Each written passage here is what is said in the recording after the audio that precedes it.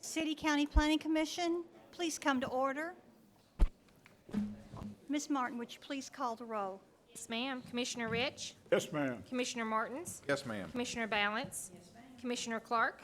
Yes, ma'am. Commissioner Coppinger? Yes, ma'am. Commissioner Graham? Yes, ma'am. Commissioner Volkert? Yes, ma'am. Commissioner Gay? Commissioner Warren? Commissioner Madison?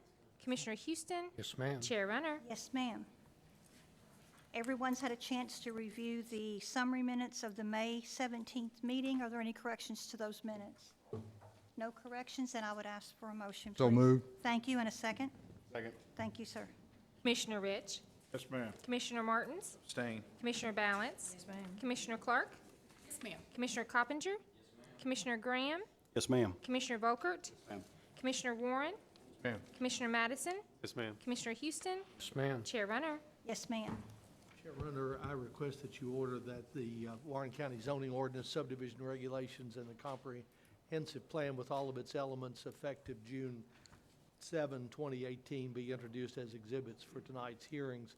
And further request that you order that the staff reports, all attachments together with the commission's file for each application be introduced as exhibits. And finally, I'd ask that Ben Peterson, Executive Director, Rachel Hurt, Planner, Monica Ramsey, Planner, be sworn as witnesses before you, and that their oath and qualification be reflected in the record for each hearing. Ordered. Do you swear to tell the truth before this commission? I do. Thank you all. The subdivision approvals. Any questions on those, commissioners? I think there were 12 in the packet. No questions. If you've got your revised agenda, we have 2 items now under the letters of credit and performance bond. Any questions on those 2 items? No questions, and I'd ask for a motion. Thank you. In a second. Second. Thank you, ma'am. Commissioner Rich? Yes, ma'am. Commissioner Martins? Yes, ma'am. Commissioner Balance? Commissioner Clark? Yes, ma'am. Commissioner Coppinger? Commissioner Graham? Yes, ma'am. Commissioner Volkert? Commissioner Warren? Ma'am. Commissioner Madison? Yes, ma'am. Commissioner Houston? Yes, ma'am. Chair Runner? Yes, ma'am. We have no unfinished business, and that brings us to the public hearing. And I hope we have quite a few people here tonight, and I hope you've had a chance to look at the procedural rules that we have on the screen. We do allow 15 minutes for each side for their opening. If the opposition has a spokesperson, they can use that 15 minutes. If you do not have a spokesperson, you'll be allowed 3 minutes for any comments from the public. Also, I'd ask you to please try to not be repetitive in what you say. Once we hear an item of concern, we've got that down and you can move on. So we would love for that information to build rather than just to be repetitive. Also, the closing, you'll have 3 minutes each side for closing. Now, first item, docket number 2018-01 RWC.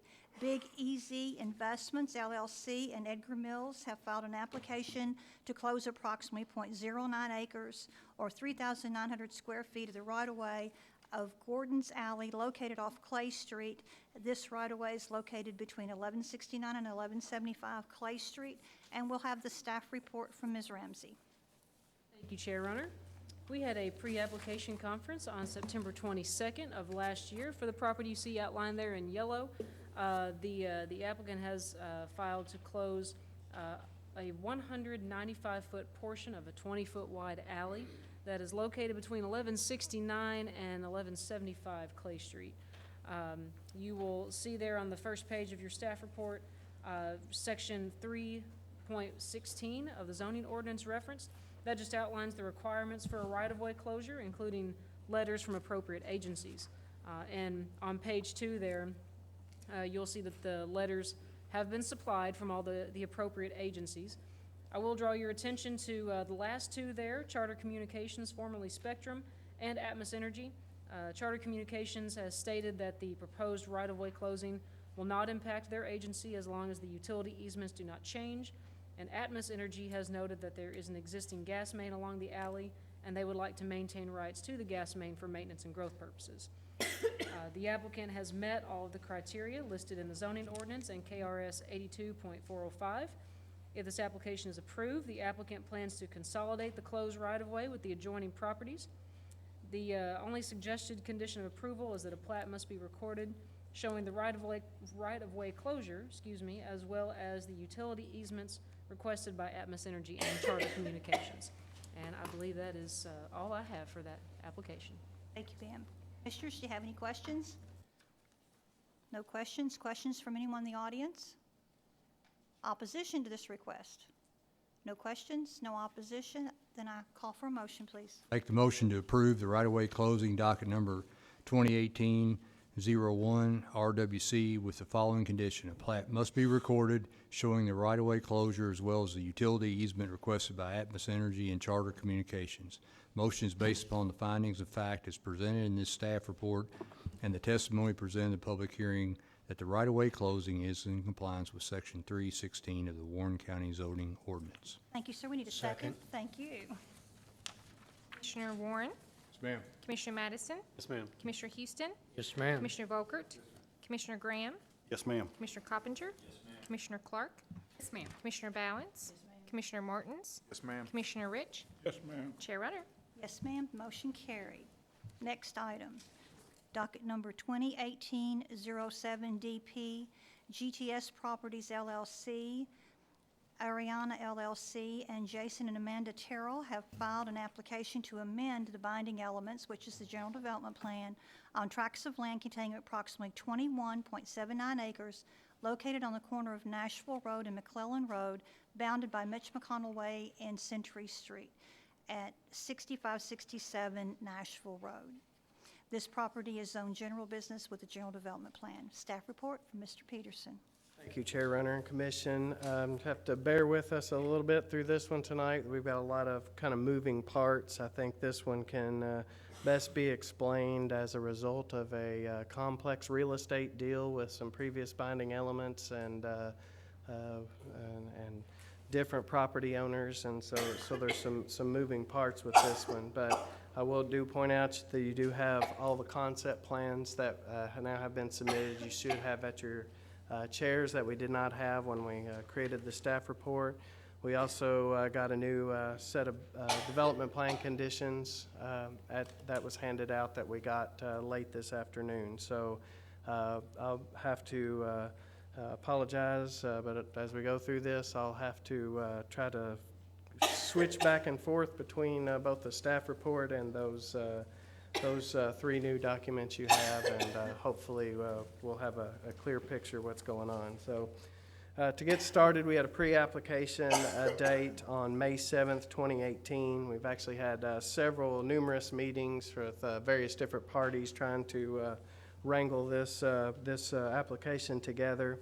But in general, you see the brief summary of the request that the applicants are wanting to amend their general development plan, which includes the development plan conditions, formerly known as binding elements, to modify both access points in McClellan Road, including relocation of access points, and to eliminate the 3-acre minimum lot size requirement. There are also some additional development plan conditions that we'll go over that are proposed. And they're going to develop as kind of 3 separate developments, which we'll get into more a little later in detail. But existing house and property is proposed to be an event venue, dwelling, event venue, and a bed and breakfast. The convenience store, as well as some other commercial development, is kind of proposed as a separate subset of this development. And then a single-family neighborhood subdivision is also proposed as part of this development, which you see at the corner of Nashville Road and McClellan Road. They're outlined in yellow on that aerial photograph. The original development plan for this property was created several years back in the late 90s, and it was, I think, the original intent to be added to the adjacent industrial park. Of course, that plan did not materialize as intended. As you see, the house is still there, and the rest of that land being largely vacant. There was an auction several months ago. 3 separate property owners obtained this property, and since that time have been doing a dance between regulations, different regulating agencies, their own desires to figure out how to bring this application before you tonight. So I think that's some of that complexity that we've had with this. So moving along through the maps here, the existing zoning is general business with binding elements. You can see some of the surrounding zonings, everything from highway business to heavy industrial. There's some adjacent agricultural tracts and, of course, single family as well in the area. The existing land use is currently mixed use. The existing land use is currently agricultural and vacant, with a variety of uses, mostly agriculture, industry, and single family in the adjacent area. The future land use map is mixed use commercial. And so just a little bit about the zoning history. The properties were rezoned from agriculture to general business in 1998 and then converted to, the modern version of general business in 2001. So again, the future land use map you see on your screen is the correct one in the staff report. I think you ended up with 2 copies of the existing zoning map, so we'd have to refer to the screen if you have any questions about the future land use map. So I'm going to go ahead and skip to the future land use map and category review on page 2 and talk a little bit about that mixed use commercial land use designation and read an excerpt there from the comprehensive plan. So it applies to strategic areas mostly undeveloped today that are located near designated industrial parks and accessible from major transportation corridors. So I think the location of this property is pretty well fits that description. These areas are envisioned as predominantly large-scale employment and business centers, albeit supplemented by compatible light industrial, retail services, hotels, and where appropriate, higher density residential development, either standalone or mixed-use developments. So I want to read that excerpt, and then I'm going to skip down a little here. The primary focus of this category is commercial mixed uses with complementary residential comprising up to 50% of the contiguous area. Moving along with the future land use map and category review, we looked at several applicable goals, objectives, and action items out of the comprehensive plan. Of course, LU 111, 112, and 113, ones we're familiar with. The Planning Commission should determine if the proposal is appropriate for the area and therefore in compliance with those items. The proposal may comply with LU 2 and LU 2.1 if the Planning Commission determines that the proposal is of a high-quality development that includes design standards tailored to protect the character of the area.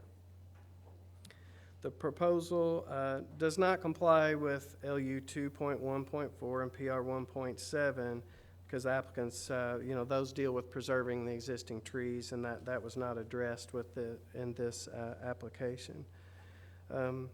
Transportation is the next one, and I'm going to address that a little later in the staff report, so I'll kind of skip over that so as to not be so repetitive. Moving on to page 3, the last couple of paragraphs there under the future land use map and compatibility review. This application does not comply with NCR 2.5 and NCR 2.5.3. The applicants did not necessarily, they didn't address the existing historic home on the property built in 1930. However, we'll see in the concept plan, and there's a conditional use permit as well for the property to be continued to be used. The house in its same form will be a bed and breakfast and event venue. So, while there's nothing specific preserving the house, the proposal you'll see is to continue using that existing home.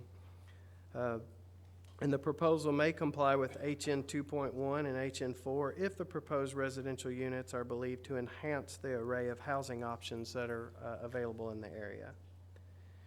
So moving on to the site characteristics review, and I'm going to move along to our 2 layouts and concept plans. So starting with the proposed residential section, which I believe is referred to as, I believe that's Lot 3 in the binding elements. So the layout, lot sizes, and setbacks, the minimum lot size for each new lot will be 5,000 square feet. Setbacks will adhere to the general business standards for commercial development and RS1D standards for the single-family residential developments.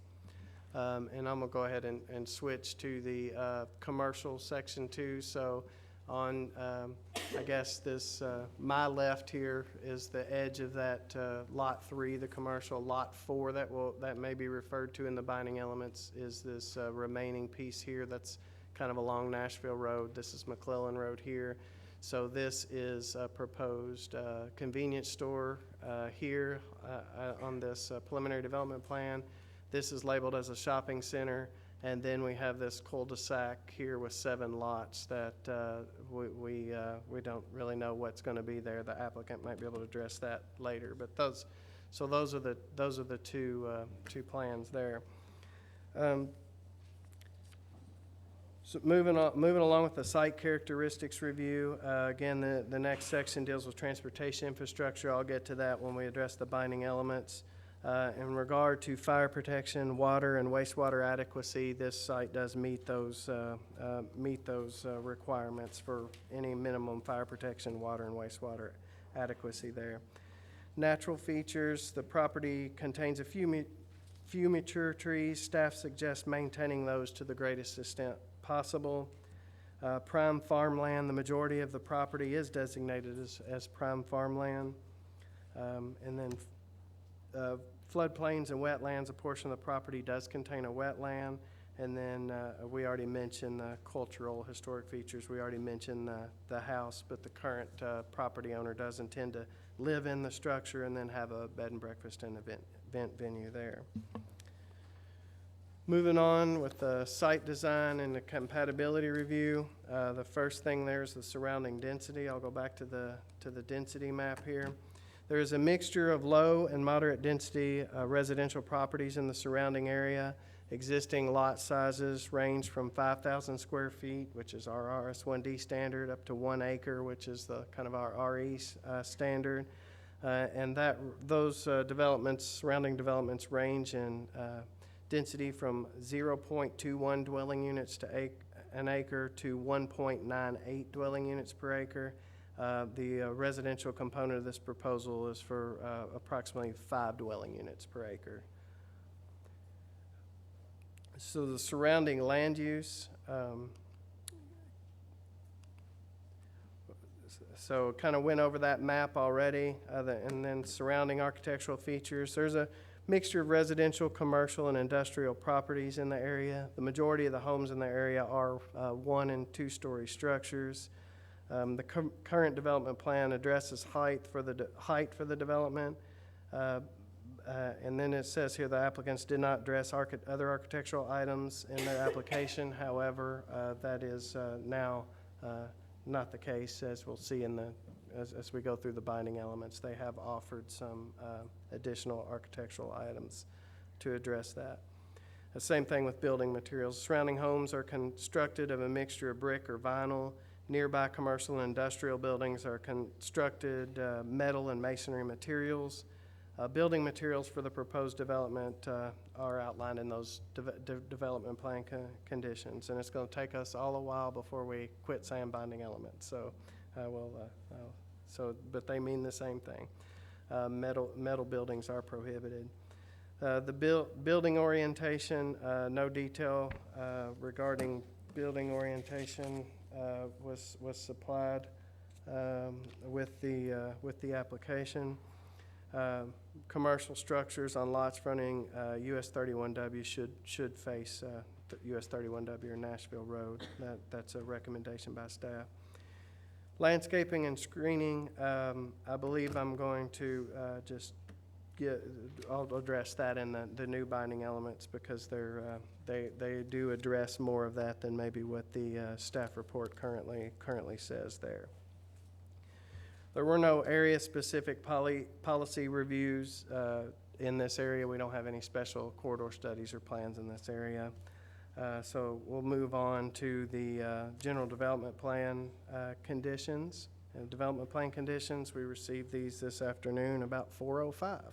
So, but we have been able to review these and look through these, and this is where I'll have to start switching back and forth between the staff report and then the set of development plan conditions that you have at your desk there.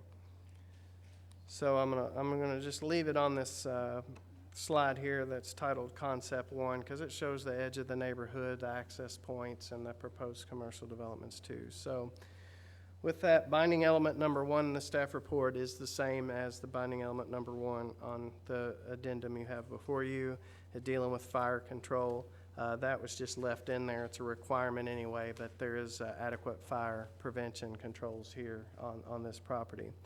Binding elements 2, 3, and 4 are proposed to be removed. They deal with buffering, though there is some new binding elements that take care of that. And the next 2 are the transportation and access, but there are new binding elements, development plan conditions. Quit laughing, Rachel.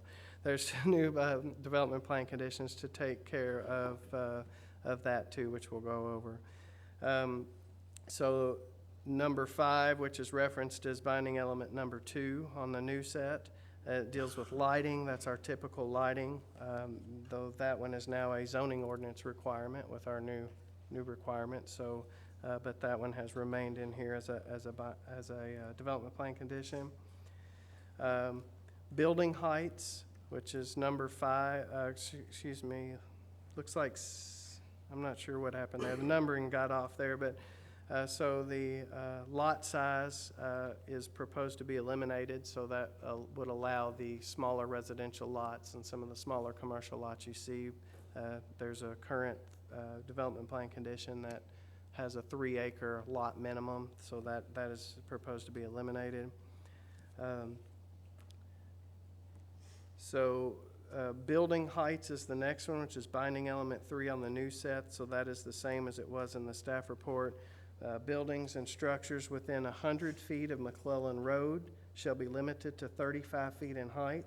Buildings further than 100 feet from McClellan Road shall be limited to a maximum height of 6 stories or 70 feet, provided that there shall be an additional 1 foot setback from McClellan Road for each foot of building height over 35 feet.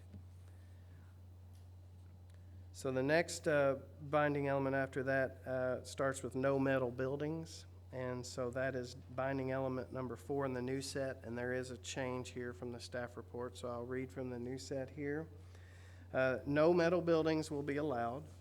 All buildings must have exteriors of architectural metal, brick, stone, hardyboard, ephes, vinyl, or similar material.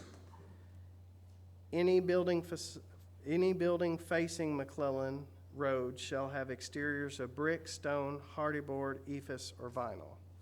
I'm not sure what the difference is there, but there maybe the applicant can address that difference. So new binding element number 5 is next, dealing with interior streets. That's the same as the staff report. The property must be served by an interior street system, which there is an interior street system proposed. Binding element number 6 on the new set, again, I'm reading off of, is the same. There shall be 1 public entrance from US Highway 31W in excess of the existing private entrances, which shall be through an internal street or frontage road. Public access shall be through dedicated streets spaced at intervals of not 1,100 feet along the US Highway 31W. So this deals with the access specifically along Nashville Road, US 31W, and you'll note that there's just 1 entrance here along Nashville Road proposed for that whole development, which meets the binding elements or development plan conditions. The only difference I'll point out is that the transportation cabinet has, at least last we knew, recommended that be a right-in, right-out only, and no left turns would be allowed. Of course, that's showing a full access entrance. So, but the transportation cabinet will handle that during the permitting process. New binding element number 7, lot 3 shall be limited to. I'm going to let me stop there for just a second. So 7 and 8 it deals with access points along McClellan Road and widening and/or any improvements to McClellan Road. So what we were able to do, what the city was able to do, and the applicants were able to do was to get together and come up with a way to basically do, and for simplicity purposes, a public-private partnership on the improvements to McClellan Road. And the developer of Lot 3 has agreed to put in a certain amount of money, and the developer of Lot 4 has agreed to put in a certain amount of money to upfront to make improvements to McClellan Road. The city is going to fund the rest of those improvements to McClellan Road, and so the city will actually do this project and do that. So it's a little different, but the project will take care of these things which I'm about to read. So Lot 3 shall be limited to one access point to McClellan Road, and again, this is the residential subdivision portion, to be aligned with McLaughlin Way. The improvements to McClellan Road in this area shall be pre-funded by the developer in the amount of $15,215.81 in order to widen the roadway to a width of 3 lanes as required by the Bowling Green Public Works Department, as well as providing minimal right-of-way for this improvement if necessary. And then binding element 8, Lot 4 shall be limited to 2 access points to McClellan Road to be located along the northwest property line. And here's a new insert from the staff report, which will be limited to passenger automobiles, passenger vehicles, and single axle trucks or trailers. Drive entrance widths and turning radiuses shall be designed to prevent use of public access to McClellan Road by heavy industrial vehicles such as 18-wheel trucks or trailers. The improvements to McClellan Road shall be pre-funded by the developer in the amount of $30,436.20 in order to widen the roadway from the intersection with Nashville Road, US 31W, through the above-mentioned ingress-egress easement to Lot 5 to a width of 3 lanes to the entrance into the property as approved by the Bowling Green Public Works Department, as well as providing a minimal right-of-way for this improvement if necessary. So all that basically says is that they are going to get together, co-fund the project, and McClellan Road will essentially be widened and improved from Nashville Road through the development of the property to a point, at some point past this aligned entrance with the subdivision. And I believe the city has plans to go ahead and take that as far as they need to there. So it's just the city recognized that need, and we're able to work this out for the benefit of everyone. So that explains the access. So new binding element number 9 is the same as in the staff report, but I'm going to go ahead and read that. This one gets a little complicated, but properties abutting the Berry Farms property currently owned by Jason and Amanda Terrell. And let me switch back to this one. So it's hard to see here, but it's where the existing house sets. So it's kind of so there's the edge of the existing house there. So we're talking about this back property line of that property there. Shall have an earth berm built along the common property line, both sides of the property line, utilizing the topsoil removed on site. The berm shall have mowable slopes of no steeper than 4H to 1V. Additionally, there shall be a 6-foot-tall pressure-treated pine privacy fence constructed along the top of the berm. The cost of the berm and the fence shall be paid by the future property owners abutting the Berry Farms property at the time of the construction of the homes on said property. There shall be a minimum of 2 trees per residential lot planted along the common lot line of the proposed single-family subdivision and the Berry Farm property to be paid for by the residential property owner. So again, that's kind of addition above and beyond what our zoning ordinance would normally require. Normally, we wouldn't require any buffer, but that is a buffer that has been agreed upon. Binding element 10 deals with sanitary sewer standards. It's the same as the staff report. The just says that all development will be connected to sanitary sewer. It's a requirement anyway, but that's one that was just left in there. Binding element, new binding element number 11. There is an addition here, so I'll just be reading off the new set of binding elements dealing with green space. All unimproved areas within the property, as well as area not in use for building structures, parking, loading or unloading, driveway or access, shall be kept mowed, pastured, and/or landscaped adequately and attractively with lawns, trees, shrubs, and other plantings.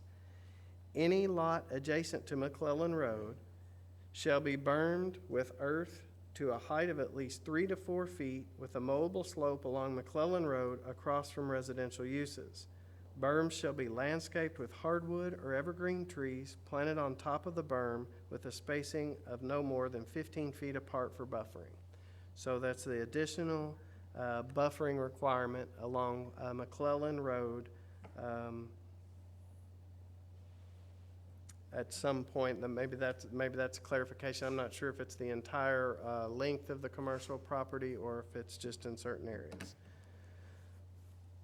Binding out element 12. I'm going to relearn my Roman numerals here. So 12, prohibited uses. There is a difference there from the staff report.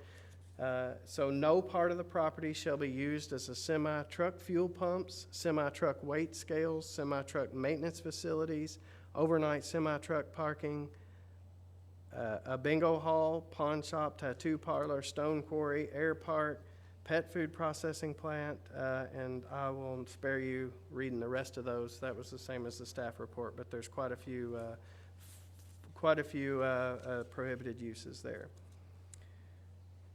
And then last, binding element number 13 is an all-new, and actually 14 are new development plan conditions. The following development plan conditions shall apply only to Lot 3. And again, Lot 3 is the residential portion only. So all foundations shall be constructed of either brick or stone. All new utilities shall be placed underground. No outdoor storage tanks shall be permitted. No outdoor clothesline shall be erected or placed on any lot. No storage building shall exceed 144 square feet. The design materials of construction of any storage building must be approved by the developer. Further, the exterior of any storage building shall match that of the home. No trailer, truck, motorcycle, commercial vehicle, camper trailer, camping vehicle, or boat shall be parked or kept on any lot at any time unless housed in a garage or basement. And all homes shall be single-family homes with a minimum main roof pitch of 612. And then the last development plan condition is that development, the one I just read, shall remain development plan condition only until a subdivision plat or separate declaration of restrictions is recorded with respect to the property owner, after which they shall no longer be development plan conditions. So in essence, they'll be developer restrictions or some other kind of homeowner restriction at that point.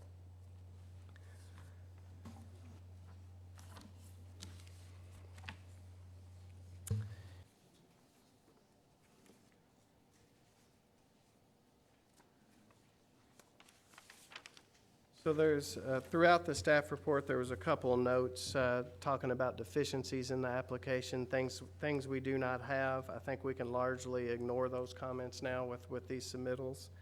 So I want to make sure we note that. I have several notes through here. But just moving along, kind of finishing up the staff report here. Traffic impact study was essentially waived in lieu of these improvements and the agreements made as I read earlier with those previous binding elements. And then last but not least, on page 7 of the staff report, the zoning ordinance requirements listed in section 312.8, amendments to an approved general development plan.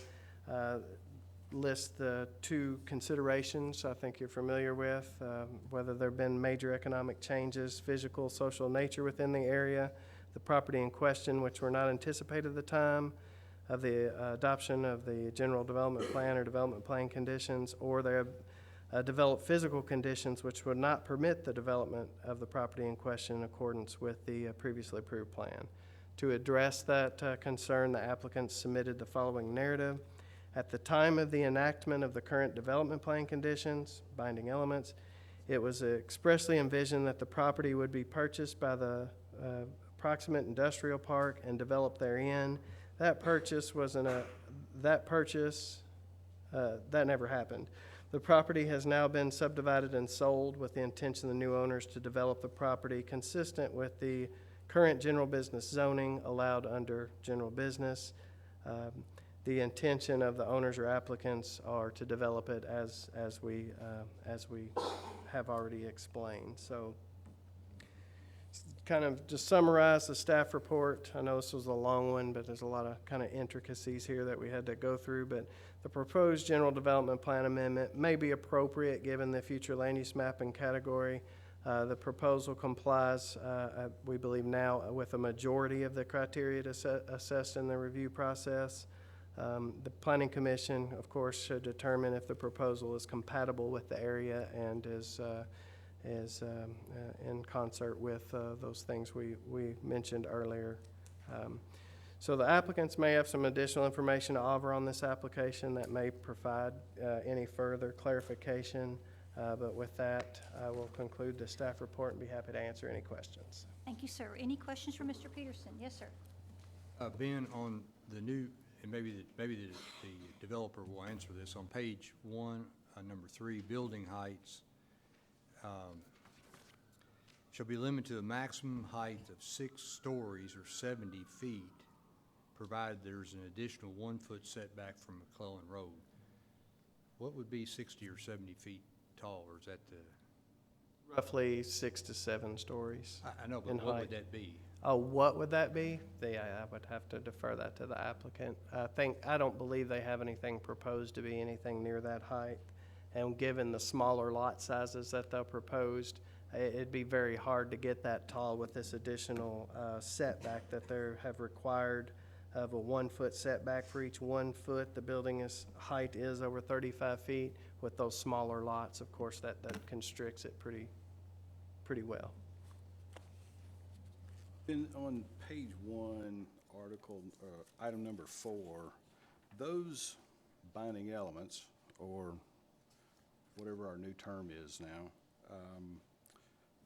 do they apply to the residential and the commercial? Is that your understanding, or am I misreading that? As I understand it, and from the looks of it, it would apply to all buildings in the entire development, because we don't have specific tract called out on that one, but I would have to defer that to the applicant. Yes, ma'am.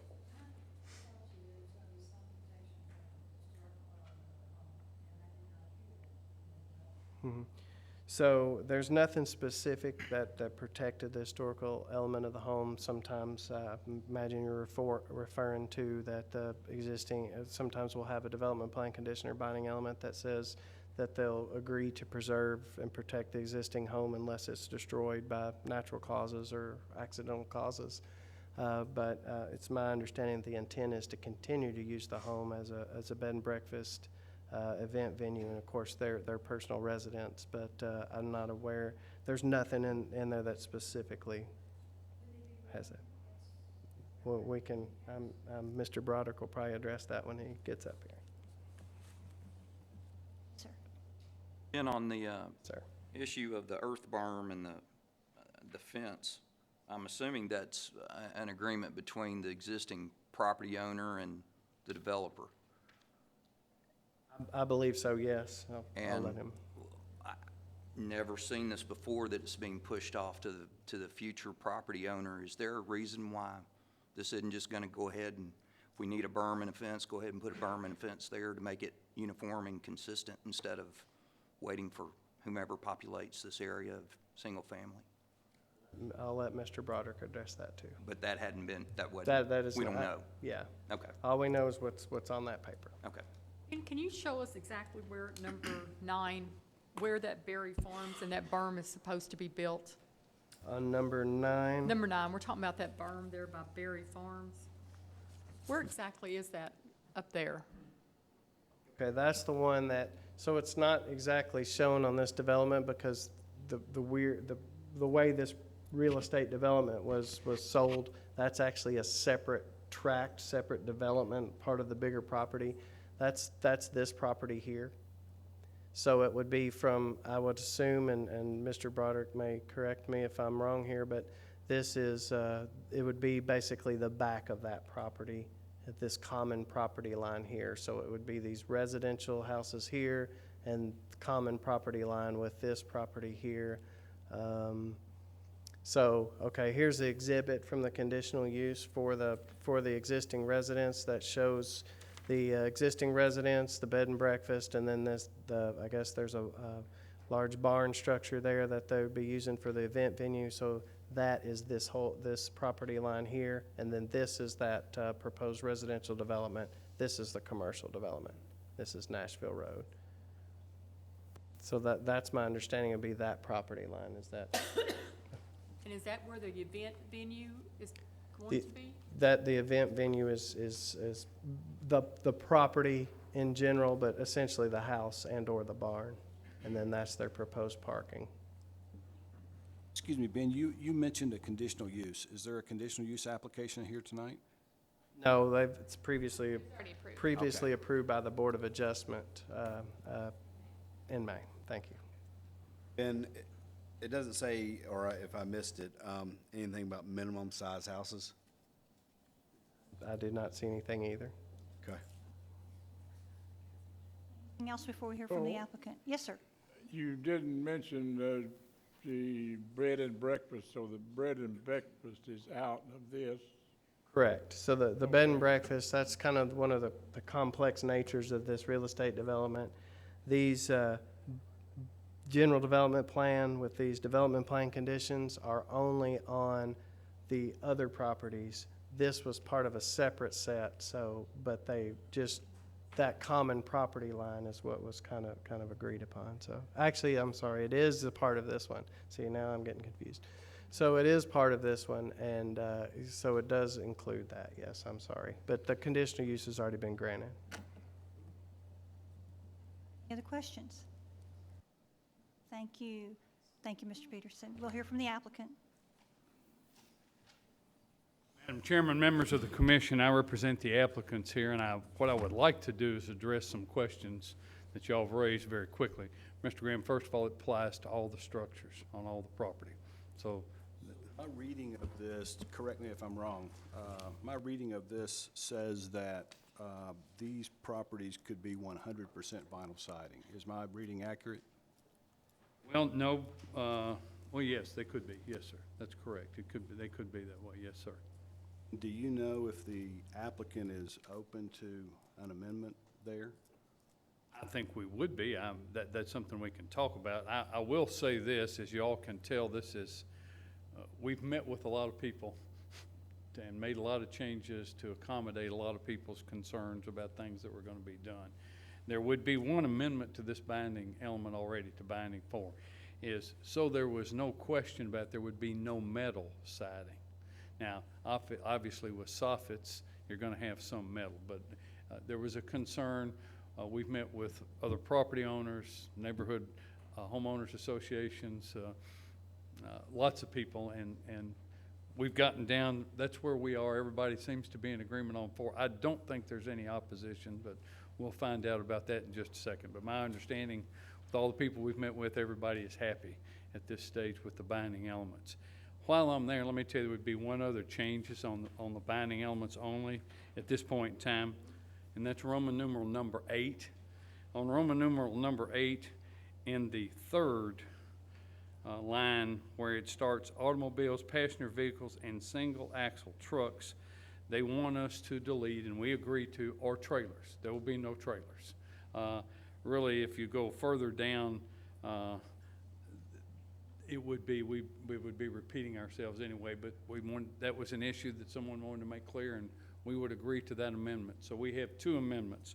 One in number 8 that we would delete or trailers in the third line, and binding element, development plan condition. I'll get used to that too. 4, that we specifically will say are vinyl and then comma, no metal siding. Let me address the issue now of what I'll call the Franklin Berry home, because this was Franklin Berry's family's property, and I guess for at least 2 generations, maybe 3. There is a conditional use permit already for this to be a bed and breakfast. They own, the people that have that own that property, and they have, at this stage, not indicated that they would always preserve the property, but I can only tell you they got a conditional use permit to use it just as it is, and they're gonna live there. So that's the commitment I have for you tonight. Well, that's all I have. That's their commitment. That's where they're gonna live, and now the big commitment that they made is the berm, because that was an issue on the back line there to make other property owners around there happy. That's all I can tell you about the house at this point in time. As it relates to, I'm going to try to address the questions. I know you had a question and now I've lost it, because you wanted to know where the berm would be. Do we address that for you now? I want to know where it is, and I want to know where the parking. If they have a wedding venue of 200 people, where are they going to park, and how's traffic flowing through that? That's what I was trying to figure out. Okay, now I will tell you what they did. And I don't have the conditional use application in front of me, but parking is all contained in that conditional. They have a restriction in the conditional use permit. Can you answer? I can help answer that. The application went before the Board of Adjustments in May, and at that time, the conditions that were made part of the application outlined the maximum number of occupants that the property could accommodate based on the required number of spaces in the zoning ordinance. So the parking that's shown on here with their conditions that were approved by the board meets the requirements of the zoning ordinance. So how many is it? I can't remember off the top of my head. Okay, you don't have the conditional use with you? No. I do know that we did review it for compliance with the zoning ordinance, and it meets the zoning ordinance requirements. So would it be fair to say that those parking requirements are not before us tonight? Correct. This application, the conditional use permit has already been reviewed and approved by the Board of Adjustments. And another good question, Mr. Graham. For them to change that, they would have to go back to the Board of Adjustments and have another hearing to change it. I can't tell you the number of parking that was there because I did not handle that. I can tell you that they did restrict the number, and I know y'all have had issues before about those that people were not putting restrictions on. They did, so that, and we also dealt with the access. That's part of the things that we were talking about here. And also correcting the road. That, as you can tell, we've done a lot with the city of Bowling Green to get those matters straightened out, and that's a unique partnership. Normally, I think they recognized there was a problem that needed to be corrected. This also facilitates our development, so we went in partnership on that. This is a very odd thing for the future property owners to have to build the berm. Is there a particular reason why the developer doesn't want to go ahead and finish this? Well, when we dealt, the reason for that, one, folks around wanted a berm, so we've agreed to a berm. Two, as we develop, that's where the berm will get developed. It was simply, I personally didn't think it's between 2 single-family residential areas. I didn't think you needed a berm, but they wanted a berm, so we're going to put one in.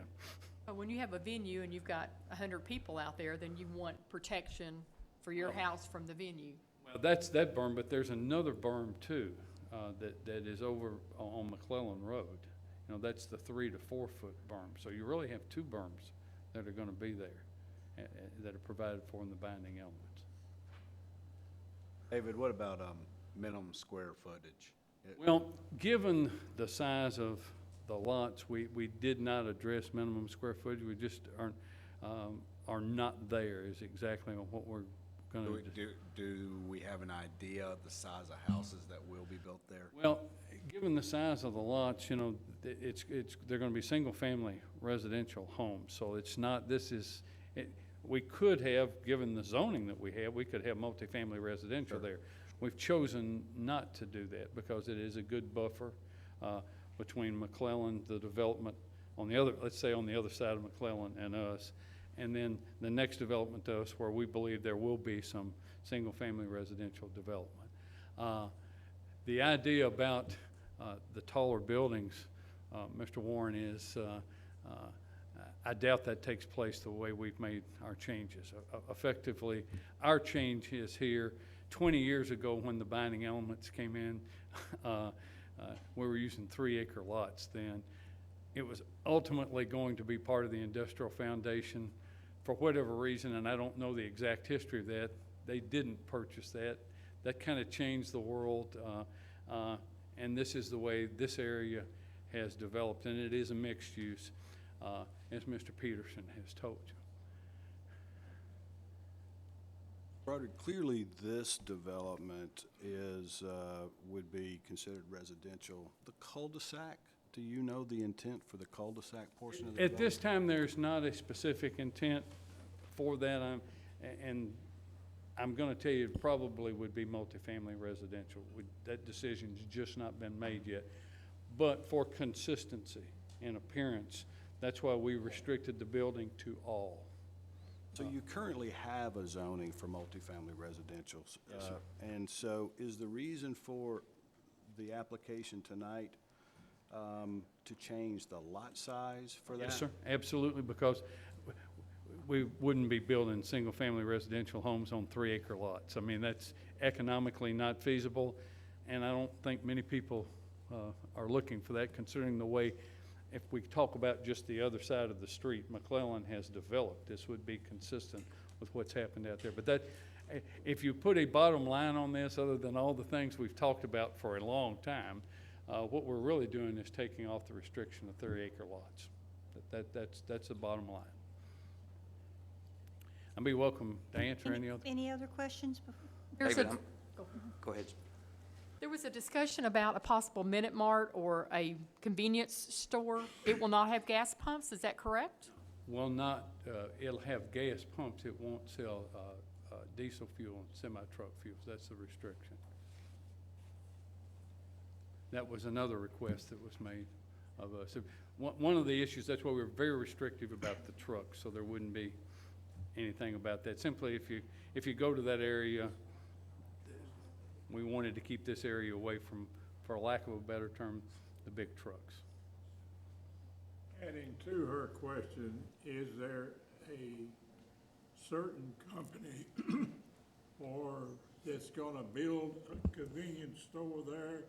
Or is this just, we're gonna have a spot for one if anybody comes by and wants to build it? No, I have both of the gentlemen right here that are gonna build it. They're back here. They're the two property owners. They're gonna build the store there. No, it's not, that is not speculation. That's something they plan on doing. You know, we're looking at things here that we can see it all. Yes, sir. I can appreciate that, and that's why the real thing that we have here is there's not just one property owner. This property was divided up effectively I understand that. from four different. I understand that, but we're looking at one part of that property tonight. And Yes, you're sir. looking for us to make a decision on things that really aren't real clear. Yes, sir. And Mr. Rich, right now, if there would be no restriction for them to putting a Minute Mart there now, because it's already appropriately zoned. This is zoned general business. Really, our change is to kind of take it down in some regard to making it single-family residential, because it's already appropriately zoned to put a Minute Mart in. And Mr. Peterson, I don't want to misstate that. I'm correct about that, aren't I? Let me clarify the reason for my question. I wanted to know if something was concrete and that's what was gonna be there. And that lot sat there for 10 years and they decided to put in a swimming pool or something to attract people and sell Coca-Colas and that's ridiculous, I know, but we fooling with ridiculous stuff. And that's the reason for my question. I don't care who puts in a Minute Mart, don't make any difference to me. Their intentions are, I can tell you, this property owner, and it's a separate property owner that is here with us now, is to put a Minute Mart in there. Are they building a fence around the Minute Mart to keep it away from the residential, to protect the residential? I don't know the.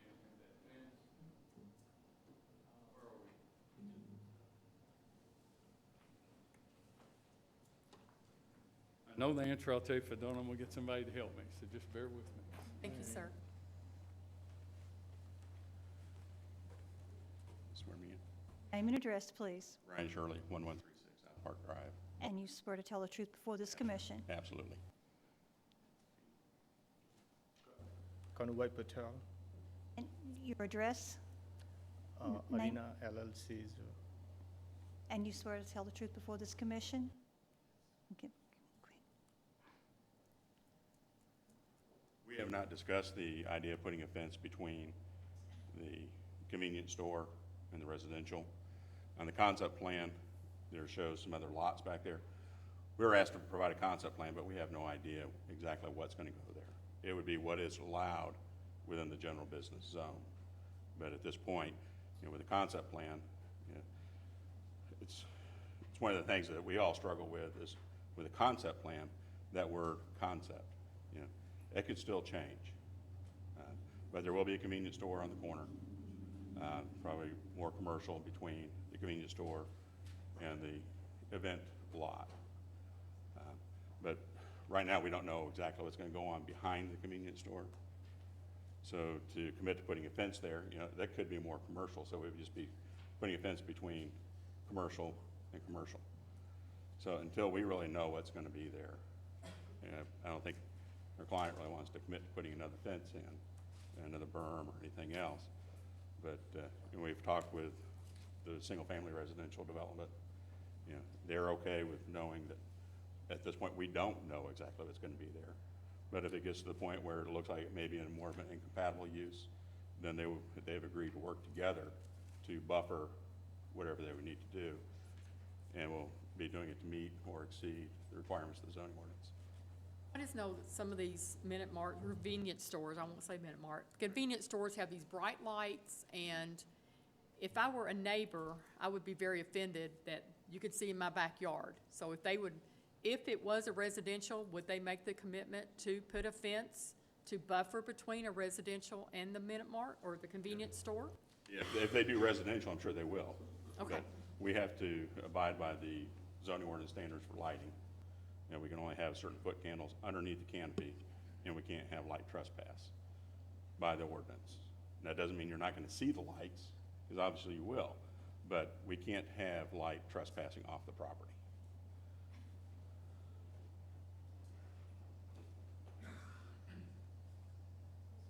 David, I'm going to circle back to the question I had about the berm and the fence. And I guess my simple question is, would your client be in agreement to changing that to putting the onus on the future property owners and just going ahead and putting the berm and the fence in between the properties of that particular, which I guess is Roman numeral number 9 on the conditions? Go a second,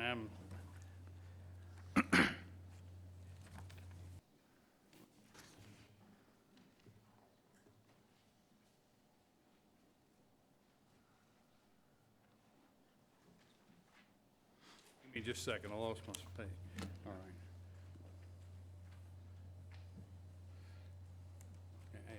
Give us just 1 second, I'll be glad to answer for you. Yes, sir. So that would be an amendment that we will put that in. Just one, just, We're looking at Article 9 of the development plan conditions. yes. And in the final line of that Article 9 on the page that it starts on, future property owners would be deleted, That's right. and in its place would be paid by the developer. Yes. And that's so our amendments then, to repeat again to the binding elements, would be Roman numeral 9, just as we've stated. Roman numeral 8, as we've deleted our trailers earlier. And then Roman numeral number 4, where we said there would be no metal siding. And those are the amendments. David, I think we probably, if you keep reading on in that sentence and go over to the next page, the change we just made alleviates the necessity of that final clause, so we just delete at You the would time. take out the phrase "to be paid" Well, by, we delete at the time of the construction of homes on the properties. We agree to that, that's not a problem. Now, what we'll need to do is retype this to have everybody sign it, but we agree to be bound by these.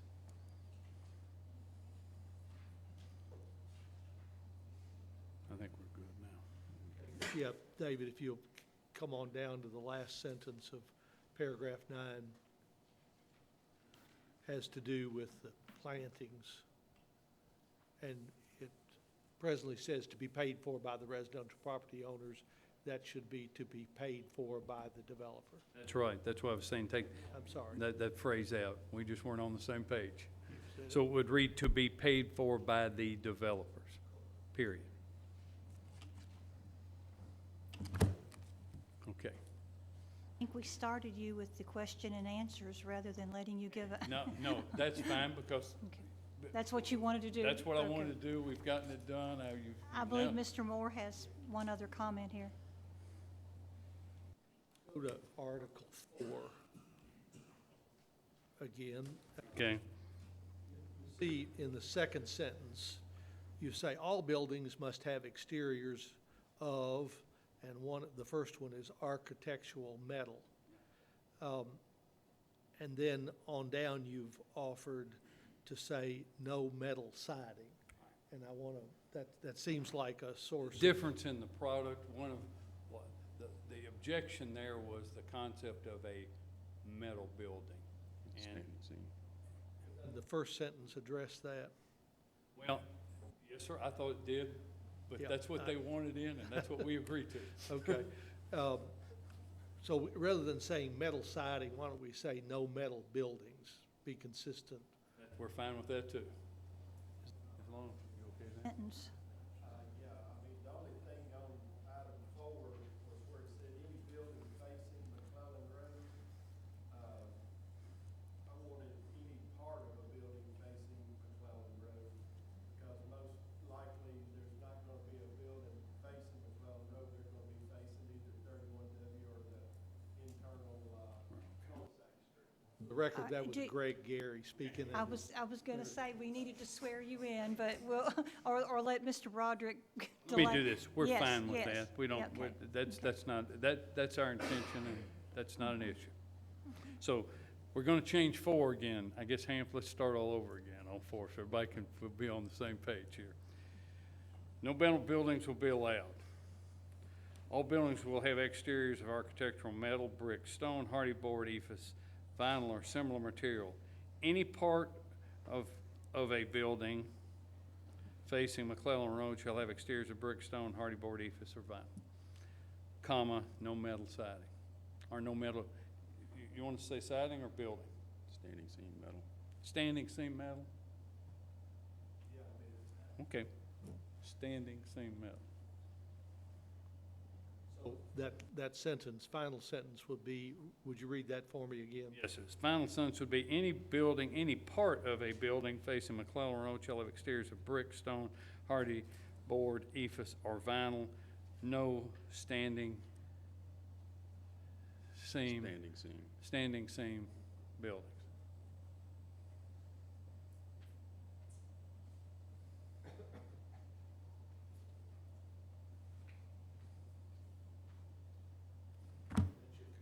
That's our commitment.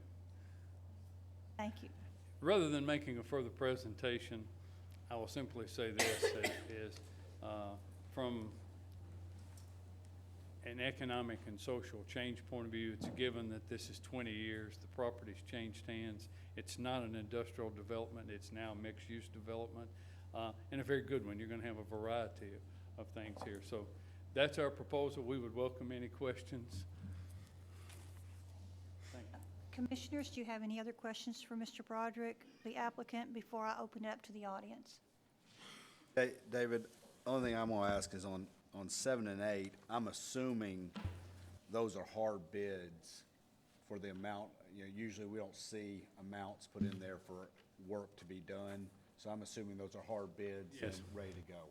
That's the deal we've made with them, and that is. Okay. Just a point of clarification on that. The City Public Works, city engineer came up with an estimate of the overall project and then assigned the portions that would would be appropriate for those, along those property lines. So it'd be attributed to those properties. So that's how those were come up, how those numbers were made. Just by show of hands, do we have opposition to this request? Oh, just make, yes, sir. Yes, sir.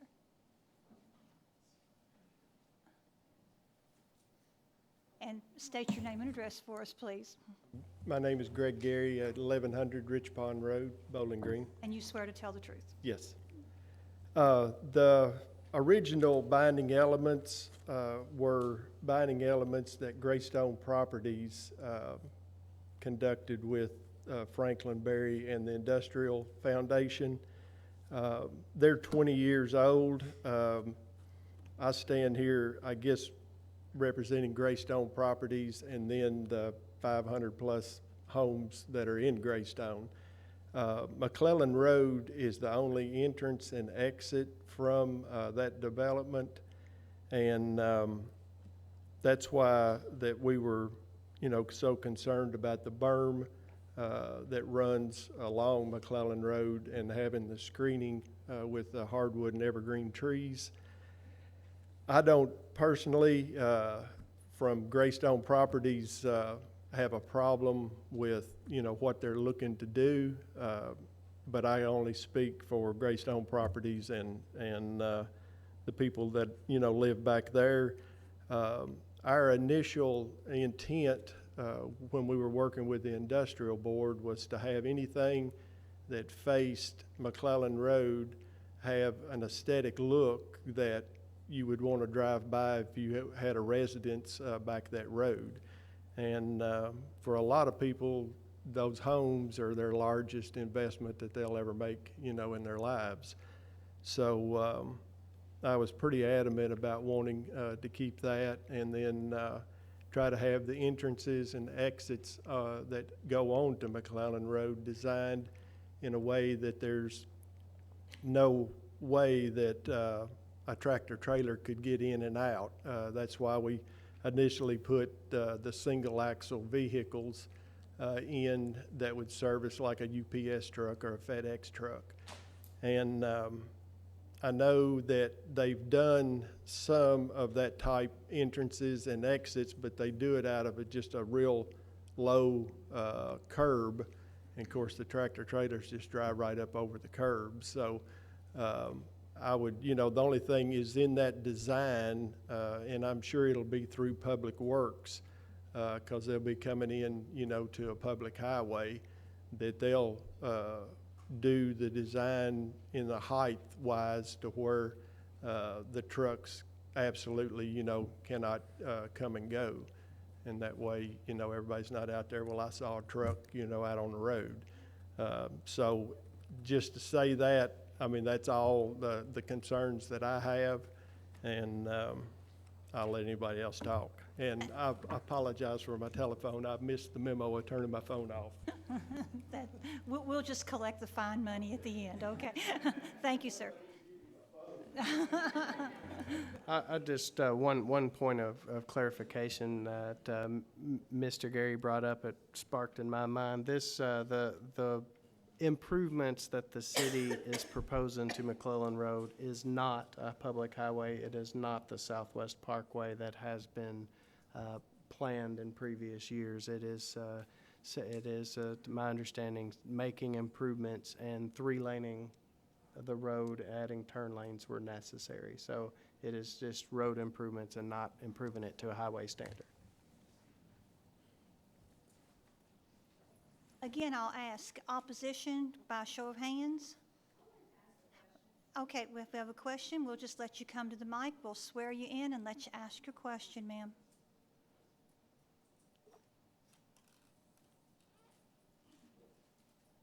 If you would state your name and address. Julie Washer, 124 Sally Circle. And you swear to tell the truth? I do. Yes, ma'am. You can ask your question. I'm sorry, I'm not sure if this is the right place to ask this question, but it was about the widening of the road. Our home backs up directly across from the residential lot. I think it's lot 3. I'm just concerned about whether they'll be allowed to take away from our backyard in order to create that 3 lanes. the appropriate people to ask there is the Bowling Green Public Works. However, they acquired enough right-of-way to construct the Southwest Parkway, which I believe was four or five lanes at the time. So they already own enough right-of-way there to construct the improvements that they're talking about within that existing right-of-way. And I'm fairly confident that will happen. It will just happen within that existing property and that existing right-of-way that the city already owns. Thank you, ma'am. You got it. Yes, sir. May I add to that? There's a lot of utilities that are in the way for this road improvement, the widenings to happen south. So right now, all the proposed widening is going to be to the north of the existing road bed. Thank you. Anyone else with a question or would like to make a statement? Yes, come forward. I apologize for pointing at you, ma'am. If you would state your name and address. My name is Tina Topp. I'm 425 McIntyre Street. Swear to tell the truth. Swear to tell the truth. I actually have a question on the secondary part of the, behind the Minute Mart and the gas station. There's a, well, it's not shown here, yeah. So the cul-de-sac area, that's supposed to be an like commercial area, right? Correct? Right now, there's a drainage issue. When it rains really hard, it runs right across the street into basically McClellan Farms. And I know there's a tentative idea for a berm, but when you subdivide the lots, it's my understanding that once the lots are less than 1 acre, then they don't have to address a drainage pond. How is that going to be addressed? Any development we do, we have to take care of water quality and quantity. So, Ben, can I borrow your pointer? So on the single-family area, on the construction plans, we have a big basin in this area. And it would also, we've talked with both property owners, and that basin will probably extend over onto this other lot a little bit in this area. So that's one area where all the storm water is going to collect. We also have a small area in this area south of where these possible pumps are that can be used for storm water. And within the rest of this, we're also going to have to contain any additional storm water. So when this is done, there should be less storm water running off into those areas that you're concerned about. Okay, I'm just concerned about it, that it should, the Sure. should versus it will be contained, because right now it is an issue. Right. And when you have more pavement in there, it's only going to get worse. Right, we have to submit all these plans to Public Works. They're going to review them.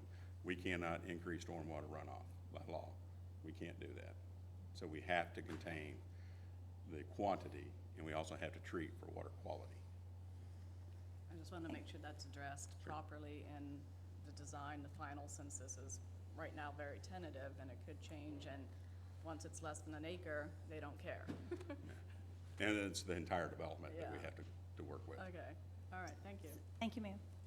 Do we have anyone else with a question or would like to make a statement? Yes, sir. If I apologize, we have to get you back at the mic. I'm sorry.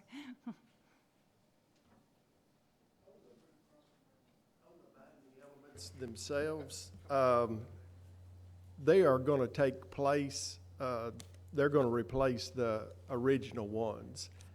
Does there not need to be some kind of wordage in there saying that these binding elements and conditions replace the ones that were set in place back originally? Not necessary, but Okay. it's not a bad idea. Well, I just sitting there thinking, you're doing away with the 3 acre lot size, and, you know. Oh, okay, well, I mean, yeah, I mean, I just didn't want to get somewhere down the road and, you know, if somebody the come up and two, say right. that. Yes, sir. Thank you. Do we have anyone else that has a question or comment before I call for a motion? No other questions, comments, anything from you, commissioners? Nothing else? Then I will ask for a motion, please.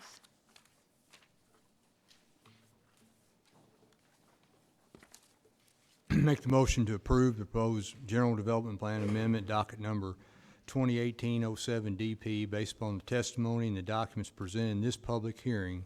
The proposed general development plan amendment is consistent with the adopted Focus 2030 comprehensive plan as demonstrated by its compliance with the following objectives and action items.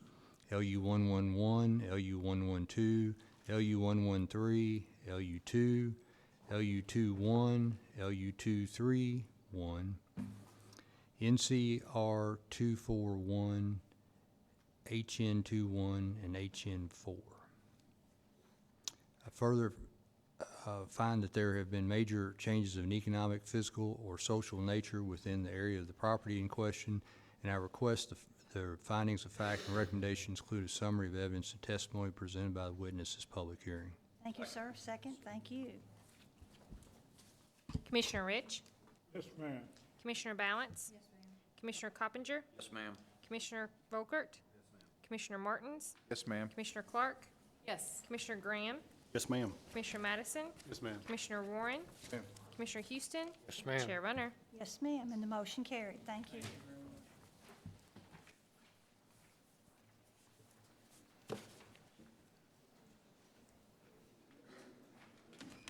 We'll give it a few minutes for a few of the people to leave.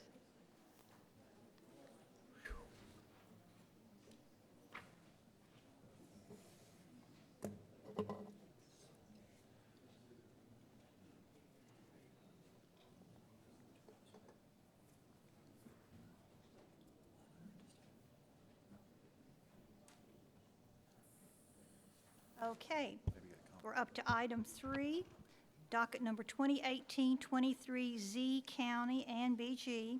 Green Hills Development Partners LLC has filed an application to rezone tracts of land containing approximately 1.64 acres located on 570 Lovers Lane at the corner of Lovers Lane and Frist Boulevard from residential estate and plan unit development with a general development plan to highway business with a general development plan.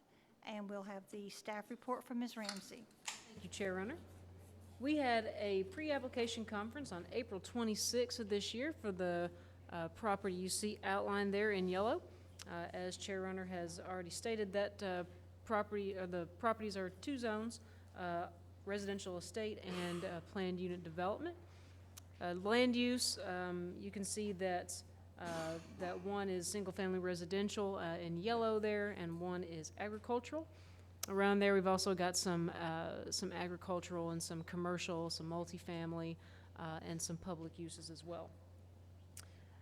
The future land use map, this is something we don't see very often, but because it is in the Lovers Lane overlay, it has its own kind of special future land use category, which is just labeled as mixed use, and we'll kind of dive into that a little bit more here in a second.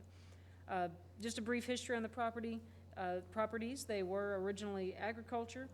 The RE portion of the development was rezoned in 2014, and then the PUD portion in 2016. The properties are designated as mixed use on the Lovers Lane overlay future land use map. The proposed highway business zone is in keeping with the Lovers Lane overlay future land use map, since the proposed development will not result in more than 50% commercial use for the portion of the flume designated as mixed use, and it is up to you all to determine compatibility with the surrounding area. One thing I will point out below that, you'll see there in the compatibility with surrounding development portion there, it says that a portion of the development is located within the city of Bowling Green, and the City Commission held a first reading on Tuesday to annex the remaining portion of the development into the city. Mr. Peterson was at that meeting, and he said that on the first reading, it was unanimous to annex it. So they will have one more reading on that, though. At the bottom, the points to consider: the proposal is consistent with the future land use map and mixed-use category. The proposed development complies with the majority of the site characteristics review criteria, and the proposed general development plan complies with the majority of the review criteria for site design and compatibility and meets the minimum requirements of the zoning ordinance. One thing I will add just as a side note, this is intended to be an addition to the Green Hills development. If you go to the next page there, again, just since we don't see this very often, I'll just read the definition of what the mixed use category is in the Lovers Lane overlay future land use map. The mixed-use land use designation allows 50% commercial, 25% office professional, and unlimited residential uses. No industrial uses are permitted, so this proposal complies with the future land use map and this category, and with LU 111 and LU 112. Down at the bottom, the one thing I want to point out in the site characteristics review is the fire protection. Again, because of the annexation, a portion of the property is served by Bowling Green, and the other portion is served by Alvaton, but the entirety of the property would be zoned by, served by Bowling Green, should the annexation be successful on the second reading. The only thing I want to point out is on the site design and compatibility review down at the bottom, mentions the sidewalks and the adjacent Green Hills development with sidewalks. Go BG Transit serves Lover's Lane. There's an existing greenway that terminates near the entrance of the Lover's Lane soccer complex. And the expansion of and additional connections to the existing greenway system in the area may also be possible in the future. On the next page there, again, something we don't see a whole lot, but area-specific policy review. This is in the Lover's Lane Overlay District. And I won't read all of those things there, but will just suffice to say that the proposed development complies with the majority of those policies. If you notice there, LLC 4 and LLC 5 are up to your determination as they deal with character, quality, and compatibility. On the next page, you have the development plan conditions, formerly binding elements. Number 1 deals with building materials, 75% brick, stone, modern masonry materials, including cementitious materials such as hardy board. EFS cannot exceed 10% of any exterior. Other materials such as aluminum, composite, stucco, glass, precast concrete, or similar architectural accents. This is a mouthful for me. Architectural accents may be allowed but may not exceed 25% of the exterior, any building exterior. Utilities located underground except for the Warren RECC Phase 3 electrical transmission line located along the southern and eastern boundaries. Property will be developed with open space as required by the overlay district provisions. Number 4, the property will be developed with a maximum of 1 access point to Lover's Lane. Number 5 deals with lighting that will be designed to focus downward and to minimize light trespass. Number 6 is prohibited uses. There's several there. I won't go over all those, but there are multiple. Number 7, all freestanding signage shall be limited to architectural designed monument signs, and that will be reviewed by the Design Review Board. Number 8, any overlay development plan submitted for any of the property shall incorporate all items required in a detailed development plan, regardless of whether a detailed development plan would have otherwise been required. Number 9, all previous binding elements shall no longer be applicable to the property. And number 10, improvements on the property shall be no taller than 3 stories in height. Just to kind of wrap up, the applicants are proposing to develop this property for a medical office use and a pharmacy. The proposed highway business zoning district may be appropriate given the mixed-use future land use map designation. The proposal complies with the majority of the review criteria listed in the review process, and compatibility, as always, is up to you all. So I believe that's all I have, and I'm happy to answer any questions. Thank you, ma'am. Commissioners, do you have any questions for Ms. Ramsey before we hear from the applicant? No questions. Thank you, ma'am. And the applicant? Yes, sir. Good evening, Madam Chairman, members of the commission. Tad Pardue, Kevin Brooks, and I represent the applicant here, Green Hills Development Partners, LLC. With me tonight is Bruce Barrick. He's a member of the applicant limited liability company. I guess I would just say Ms. Ramsey did such a fabulous job presenting the staff report. I don't necessarily have anything to add unless any of the members of the commission have questions. Questions? No questions? Well, I can see if there are questions from the audience. Do we have any, let me ask, do we have any opposition to this request? No opposition. Do we have any questions concerning this application? No questions, no opposition. There you go. If there's nothing else, then I will ask for a motion. Make a motion to approve proposed zoning map amendment together with and condition upon the general development plan docket number 2018-23 ZBG County. Based upon the testimony and documents presented in this public hearing, the proposed zoning map amendment is consistent with the adopted Focus 2030 comprehensive plan as demonstrated by its compliance with the following objectives and action items. LU 1.1.1, TR 2.1, LU 1.1.2, LU 1.1.3, LU-2, LU 2.3.1, HN-1, LU 2.8.1, and ED-3. Therefore, the proposed zoning map amendment is in agreement with the adopted comprehensive plan. Further, I request that this motion include the summary of evidence and testimony presented by the witnesses at this public hearing. Thank you. We need a second. Second. Thank you, sir. Commissioner Rich?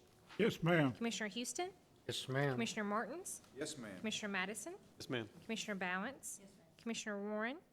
Commissioner Clark? Yes. Commissioner Vokert? Yes, ma'am. Commissioner Coppinger? Yes, ma'am. Commissioner Graham? Yes, ma'am. Chair Runner? Yes, ma'am. Motion carried. Our recommendation will be for approval. Thank you. Next item, docket number 2018-24 ZBG. Magnolia Hills LLC has filed an application to rezone a portion of tracts of land containing approximately 48.69 acres located on Plano Road, bounded by Scottsville Road, I-65, and the William Natcher Parkway, from RS1D, which is single-family residential with a general development plan, to plan unit development with a general development plan. And we'll have the staff report from Ms. Hurt. Thank you, Chairman Runner. And I guess also worth mentioning for this particular item, you should have a revised narrative concept plan and a revised set of development plan conditions at your seat. I will get to those in just a minute here, but did want to be sure to mention that. And I guess the other thing worth mentioning is that this property may look familiar to some of you, as we had considered this property previously in November of 2017. But as the property owners have gone a little bit further into design, they've requested to reconsider this under the PUD zoning classification in order to deviate from the typical 25-foot front yard setback that would typically be required in the current zoning of RS1D to provide some flexibility in utilizing an 18-foot front yard setback to accommodate larger backyards in the development. So that is the main reason for the zoning request this evening. As I mentioned, the property is zoned RS1D, and again, that was changed back in November of last year. The current use of the property is agriculture, and you can see that there are a mixture of uses in the area. The future land use designation for the property is mixed-use commercial, which applies to strategic areas mostly undeveloped today that are located near designated industrial parks and accessible from major transportation corridors. These areas are envisioned as predominantly large-scale employment and business centers, albeit supplemented by compatible light industrial, retail services, hotels, and where appropriate, higher density residential development. The distribution of land among these various activities shall be addressed through specific zoning. However, primary activities in these areas may include low and medium-rise office complexes, as well as environmentally friendly manufacturing and business centers. This is a density map of the surrounding developments. The proposed density this evening with the development is 6.16 dwelling units per acre. And I can tell you that on this map, densities in the area range from 0.84 dwelling units per acre to 15.66 dwelling units per acre.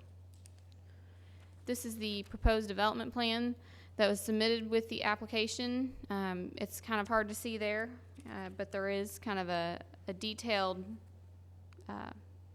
rendering of the setbacks that are proposed. You can see the 18-foot front yard setback here. And then there's also some details about driveway widths and sidewalk spacing between the back side of the pavement and grass strip that I'll get to in just a minute. I think I'll leave it there for now.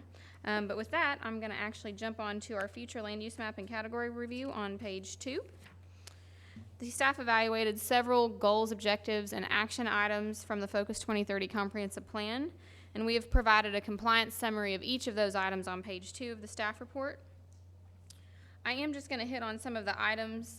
The ones that are in compliance, I'm not going to touch so much on those, but I will say that the Planning Commission should determine if the proposed development is compatible with the surrounding area and determine compliance with LU 113.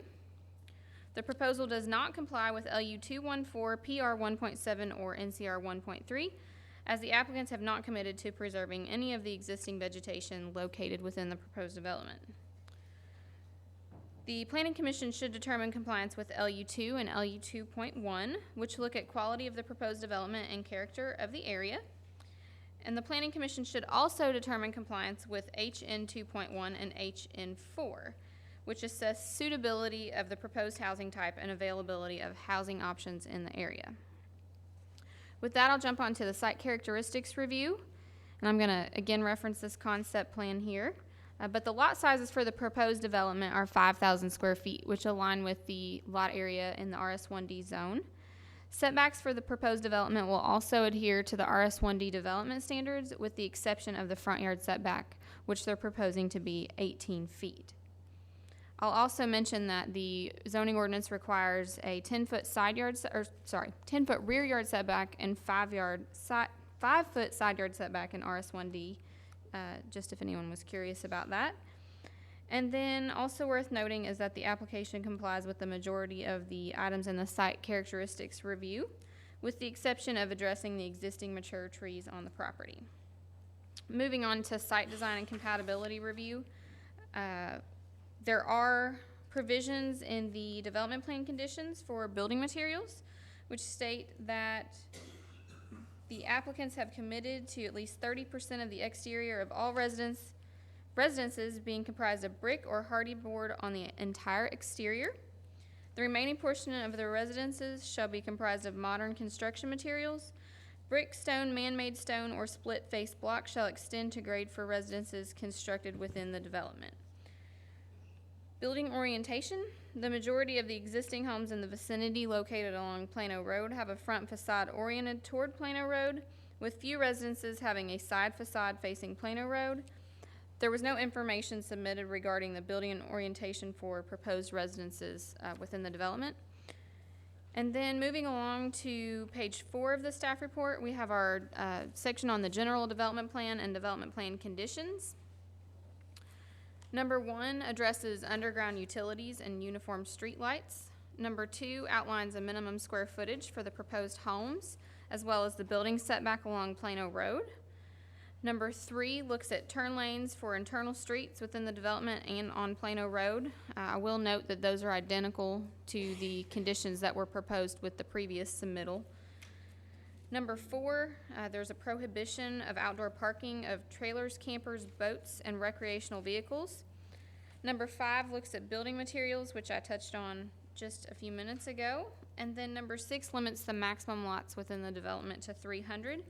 Each home shall have a minimum 1-car attached garage and a driveway of at least 18 feet in width. And just as a reference, the reasoning behind the 18-foot width for the driveway, they were trying to accommodate 2 vehicles. If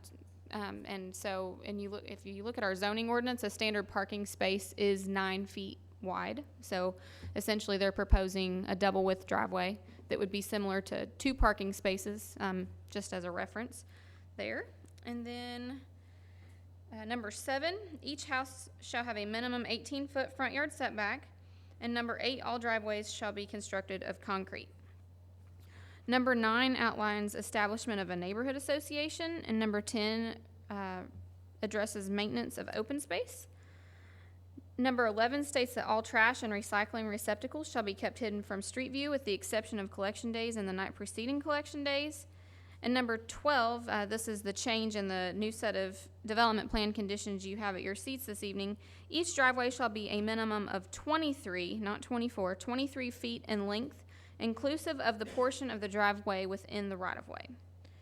Number 13, throughout the development, there shall be a 1-foot wide grass strip in between the edge of the roadway pavement and each sidewalk. And that, again, is shown on this concept plan in that kind of detailed area on the right side of the page.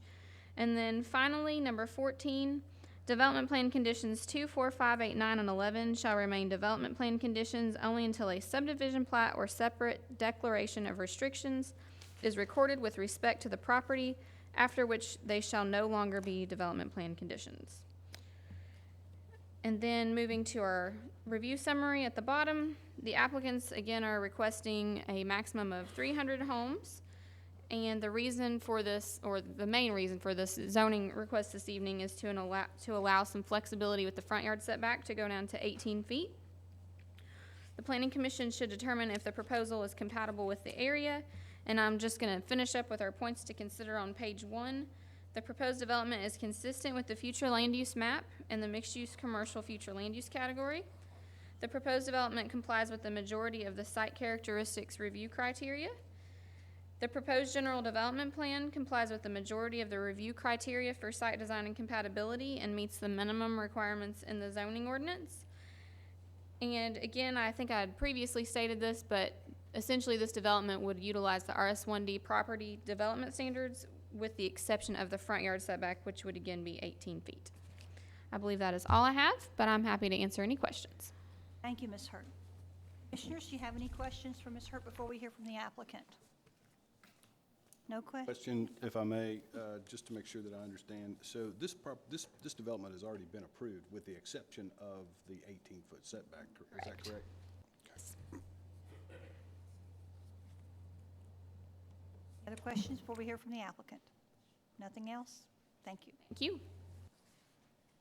Madam Chairman, members of the commission, this is in fact a revision of what we did. This has already been approved, but it became apparent during the development stage 2 things needed to be done. One, we're trying to have a little bit bigger backyard, hence the setback to be to 18 feet in the front, but not to have cars on the road. So what you see here, and to get the perspective, the garage and the driveway is going to be offset a little bit from the house, so you have more parking back for the cars. In other words, the cars are not going to be out that way, and it's 23 feet at that point. So effectively, those are the only changes. And the question becomes, well, why didn't you do it another way? In talking with the staff, this seemed to be the appropriate way to come back before you, and we'd ask you to approve it. We do not think there's been any opposition to it, but I'm sure you'll find out in a second. We'd be glad to answer any other questions. Thank you, sir. Do we have any opposition to this request? Do we have any questions for the applicant? No questions, no opposition. Thank you, Mr. Broderick. I will ask for a motion, please. Make the motion to approve proposed zoning map amendment together with and condition upon the general development plan docket number 2018-24Z BG. Based upon the testimony and documents presented in this public hearing, proposed zoning map amendment is consistent with the adopted Focus 2030 comprehensive plan as demonstrated by its compliance with the following objectives and action items: LU111, LU112, LU113, LU2, LU21, LU231, TR21, NCR241, HN21, HN4. Therefore, the proposed zoning map amendment is in agreement with the adopted comprehensive plan. Further request this motion include the summary of evidence and testimony presented by the witness this public hearing. Thank you, sir. We need a second. Second. Thank you. Commissioner Martins? Yes, ma'am. Commissioner Clark? Commissioner Graham? Yes, ma'am. Commissioner Warren? Ma'am. Commissioner Houston? Yes, ma'am. Commissioner Madison? Yes, ma'am. Commissioner Rich? Yes, ma'am. Commissioner Balance? Commissioner Coppinger? Yes, ma'am. Commissioner Volkert? Chair Runner? Yes, ma'am. Motion carried. Our recommendation will be for approval. Thank you. Item number 5. 2018-25Z County BCTA Properties LLC has filed an application to rezone a tract of land containing approximately 2.9304 acres located at 5893 Scottsville Road from general business with a general development plan to plan unit development with a general development plan. Have the staff report by Ms. Hurt. Thank you again, Chairman Runner. we had a pre-application conference for the property you see here, 5893 Scottsville Road. And this property should also look familiar. You considered this just earlier this year in February. But as the property owner got more into the design of what was planned for the property, we realized that the general business zone could not actually accommodate the current proposal. So we're back here before you this evening, and the applicants are proposing a zone of PUD, planned unit development. You can see the current zoning of the property is general business, and the current use of the property is commercial. And the future land use designation for the property is commercial with a little tiny sliver of mixed-use residential. I will read the commercial future land use designation, which consists of a broad array of commercial development, including individual commercial, retail, service, or hotel businesses that may exist along a highway corridor or a business district, as well as larger planned shopping centers and office parks. Limited high-density multifamily uses are allowed to be mixed into commercial areas. These should be limited to upper stories or blended in or scattered among commercial uses. No more than 25% of any contiguous area designated commercial should contain a multifamily use. And I'm going to skip over the mixed-use residential description just for the fact that hardly any of it is designated as that. So with that, this is kind of strange, but I'm going to jump to the staff review summary because that does a pretty good job of describing what the applicant is proposing with this application. So the proposal this evening involves the construction of 30 individual dwelling units on the same lot. The zoning ordinance does not outline any specific zoning district that can accommodate the proposed use, meaning multiple individual units on the same property, hence the proposed PUD zone. The previous request that you considered was actually for multifamily structures containing multiple units per building. But since that time of the previous approval, like I said, the plan has kind of changed, and that's when we realized that we didn't actually have a zoning district that could accomplish this, and so the PUD zone and this application were submitted. With that, I'm going to jump back to our category review section. Future land use map and category review on page 2. We did evaluate, I think, 11 goals, objectives, and action items from the Focus 2030 Comprehensive Plan. And again, similar to the last presentation, I'm just going to hit on the items that you'll need to weigh in on. There were some that the applicant clearly complied with, so we won't touch much on those. But the Planning Commission should determine compliance with LU 113, which addresses compatibility of the proposed development. You should also assess compliance with LU2 and LU 2.1, which look at quality of development and character of the area. You should also determine if the proposed development complies with LU 2.1.4, PR 1.7, and NCR 1.1.6, which encourage preservation of existing mature vegetation. The Planning Commission should also determine if the proposal is an opportunity for revitalization and redevelopment, and if it complies with LU 253. You should also evaluate if the proposal is a suitable redevelopment project that is compatible with the area, and if it complies with HN 1 and HN 1.3. The Planning Commission should also consider if the location of the planned development is suitable for the proposed housing type, and if the proposed residences are believed to enhance the array of housing options available in the area, and if it complies with HN 2.1 and HN 4. And finally, the Planning Commission should determine if the proposal and the commercial portion of the development will provide opportunity for small business or entrepreneurial endeavor, and if the proposal complies with ED-3.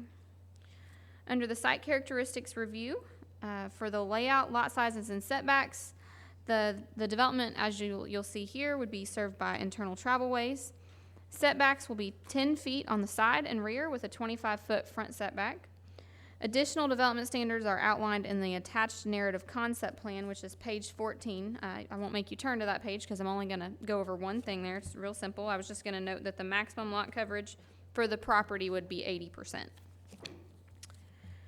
For fire protection, this property is served by the Alvaton Volunteer Fire Department, and we actually received correspondence from the Alvaton Fire Department requesting installation of an additional fire hydrant near the central portion of the development to better serve the property in the event of a fire. And I actually forwarded along the input from the Alvaton Fire Department to Mr. Heimer, and I actually spoke with him this morning.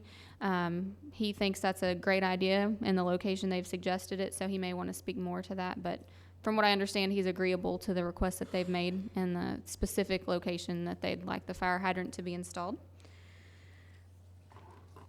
For site design and compatibility, I'm just going to touch on the building materials review.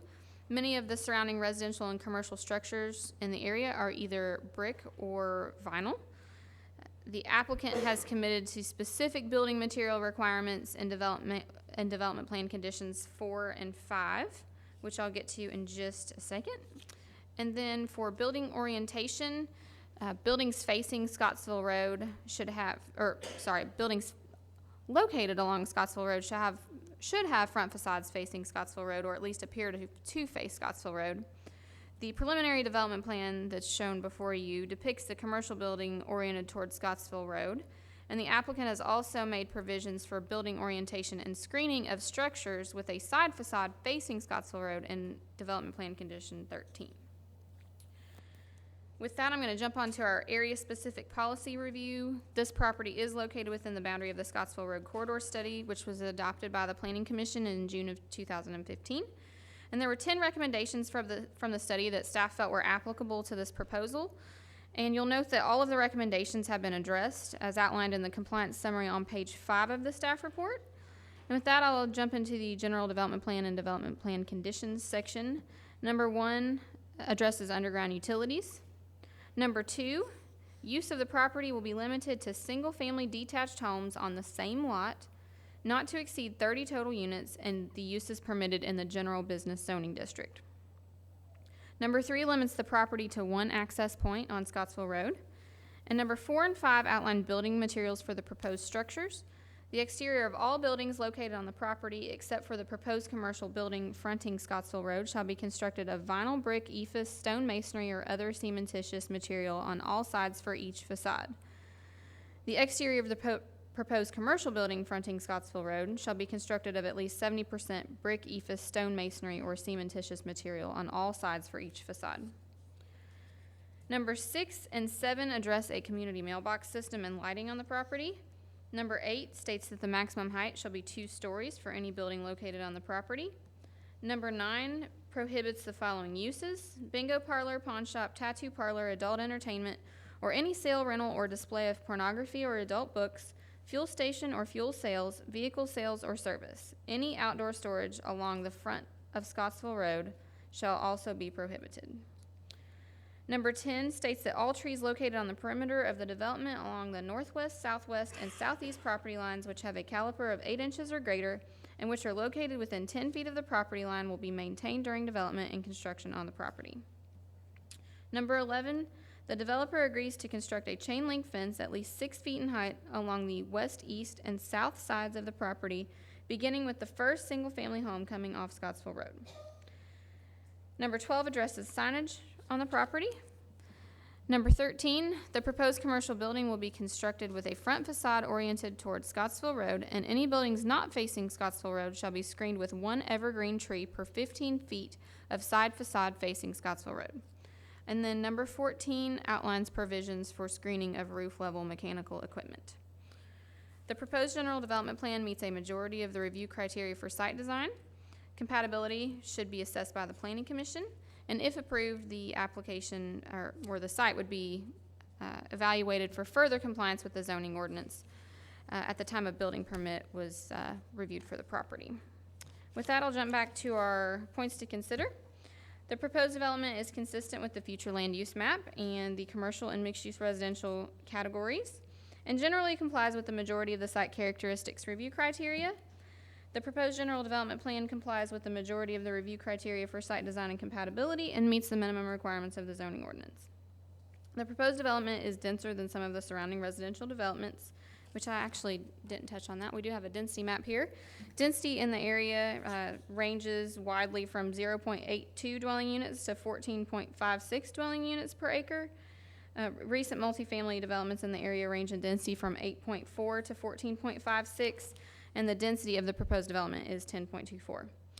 And then finally, the proposed development complies with the recommendations outlined in the Scottsville Road corridor study. I believe that is all I have for the staff report, but I'm happy to answer any questions. Thank you, ma'am. Commissioners, do you have any questions? Confused about the layout. There's going to be a commercial building when you first drive in off Scottsville Road. Yes, this blue building here. Okay, then what are the next, So the orange and the blue buildings, those are all individual dwelling units. Okay. But they're all on the same lot. And so that's what necessitated the PUD zone, because there's Okay. not a zone in the zoning ordinance that can accommodate this style of development. They look like storage facilities instead of homes, and that's what I was questioning. What Yeah, kind of, it's a little hard to see when it's that small, but I think the dimensions are shown on there. You can kind of see there's garages that are superimposed, kind of. I think those are garages, maybe. Yes. So they, so they cannot be sold off individually? Because it's all on the one lot? Unless they were condoed. I but guess they're that not- would be a possibility, But but they're not proposed to be condoed? correct. They're proposed to all remain on the same lot. Okay. Other questions before we hear from the applicant? Thank you, ma'am. Thank you. And applicant, do you have anything you need to add for us, sir? You'd state your name and address, Hammer, 2681 Dyford Road. and you swear to tell the truth. To answer Sandy's question, the blue ones are they're all houses. You know, the blue ones are one-car garages. You can see the little offset on the side. These Right. 6 in the front are two-car garages. You know, they're all houses, residential houses. You know, and like Rachel was saying, we rezoned this previously for apartments, and starting to get a little bit nervous about so many apartments being built, so I decided to switch over and go to houses instead of apartments. You know. is that like going to be an office out front? I mean, like It's a rental office? retail building. It'll be for rent. We're not sure what's in it. We have binding elements, but it is a commercial building in the front. Yeah. Yeah. Any other questions for Mr. Heimer? Go ahead. Appreciate you considering the hydrant being put in. I know the chief was a little concerned about pulling a 5-inch line across Scottsville Road if it was Yeah, needed. I was telling Rachel this morning in another meeting we had, and I said that's a real good idea that they get with the fire department. I used to be chairman of the Hadley Fire Department, and you won't believe how many fire hydrants are in places it's not usable, in a curve or down over a hill, and so the fire departments are risking their life to get out there and fill their truck. So that's probably a pretty good idea on the development to have the fire department that's going to be responding to those to figure out where the hydrant would work best for them to get their trucks in and out and work. So it's, yeah, it definitely, I think the fire hydrant would be good, yeah. Do we have any questions from anyone in the audience? Do we have any opposition to this request? No questions? Thank you, thank you. Anything, commissioners, before I call for a motion? Nothing else? I'll ask for a motion, please. Approve the proposed zoning map amendment together with and condition upon the general development plan, docket number 2018-25Z County, based upon the testimony and documents presented in this public hearing. The proposed zoning map amendment is consistent with the adopted Focus 2013 comprehensive plan as demonstrated by its compliance with the following objectives and action items. LU 1.1.1, TR 2.1, LU 1.1.2, 1.3, LU2, LU21, LU2 1.4, LU2.3.1, LU2.5.3, LU2.8, PR 1.7, ED-3, HN1, HN13, HN2.1, HN4. Therefore, the proposed zoning map amendment is in agreement with the adopted comprehensive plan. Further, I request that this motion include the summary of evidence and testimony presented by the witnesses at this public hearing. Thank you, Mr. Coppinger. Need a second? Second. Thank you. Commissioner Volkert, Yes, ma'am. Commissioner Graham, Yes, ma'am. Commissioner Coppinger, Yes, ma'am. Commissioner Warren, Ma'am. Commissioner Madison, Yes, ma'am. Commissioner Houston, Yes, ma'am. Commissioner Clark, Yes, ma'am. Commissioner Rich, Yes, ma'am. Commissioner Martins, Yes, ma'am. Commissioner Balance, Chair Runner. Yes, ma'am. Motion carries. Our recommendation will be for approval. Thank you.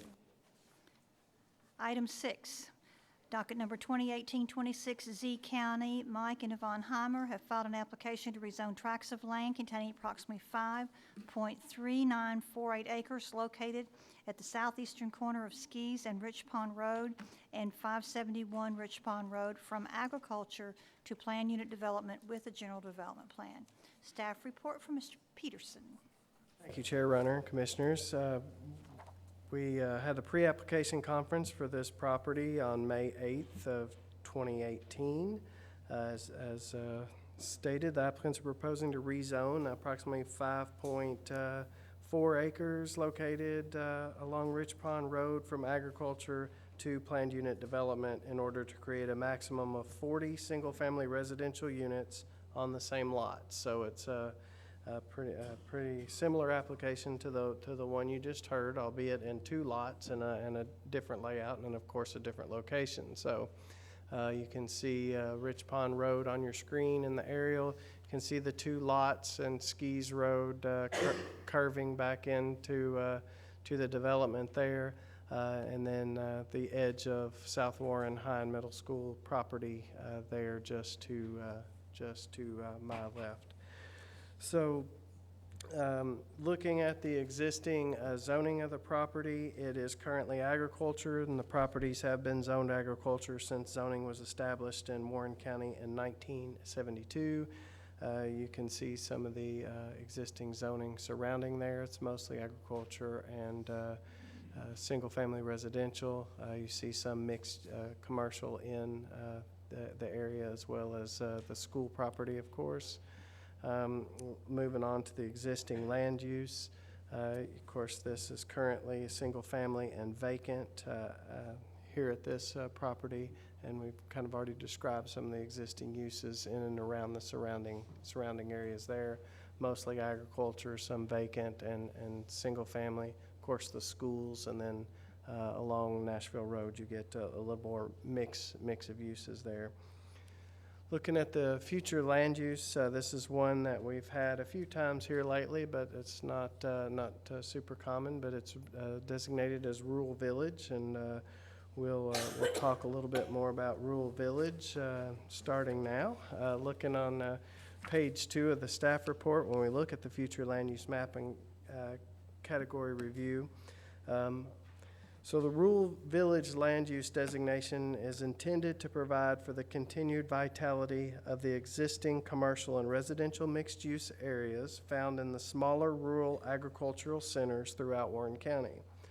The rural village brings a sense of community and identification to the surrounding rural areas with an emphasis on providing essential goods and services to rural residents, but it is not intended as an employment designation for urban residents.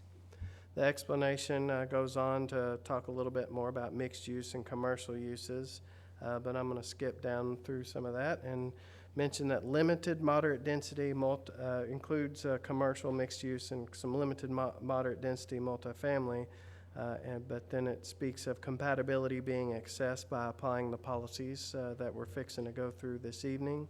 And then, of course, most of the policies in this category are left up to your determination as the Planning Commission, as outlined in LU 113, and as was previously explained in the previous application too. So, going through some of these, the proposal may comply with LU 2 and LU 2.1 if the Planning Commission determines that the proposed development is a high-quality development that includes design standards tailored to preserve the character of the area.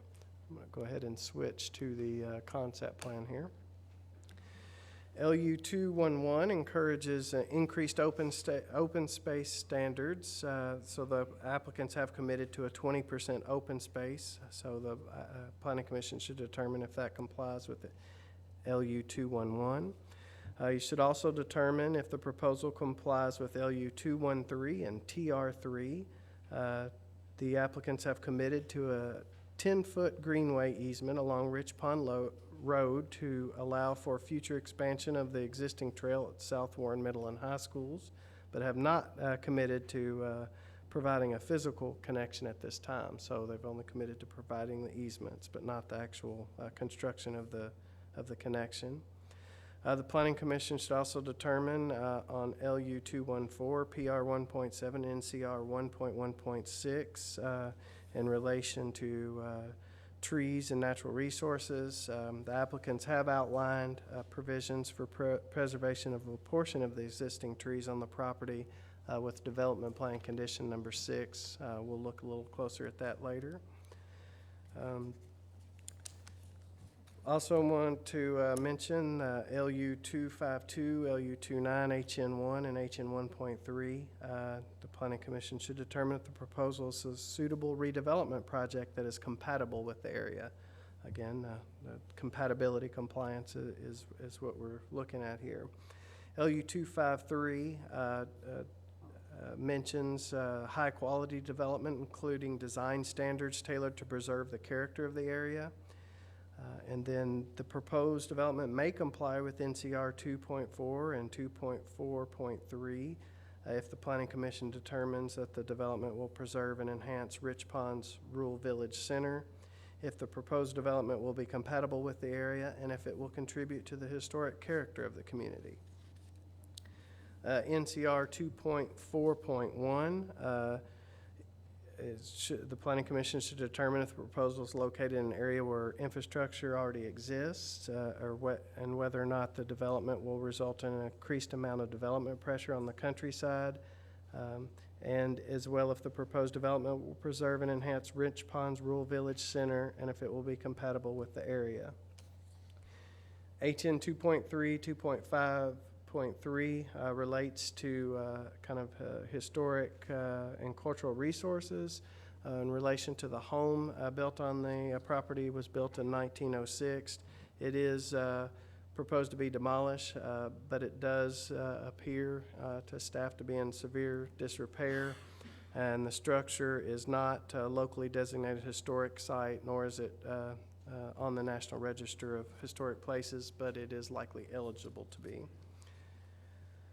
And then last, in this category, HN 2.1 and HN 4, Planning Commission should determine the location, if the location of the planned development is suitable for the proposed housing type, and if the proposed residences are believed to enhance the array of housing options available in the area. So there's a lot of things for you to consider in that compatibility with concern to the Rich Pond Rural Village.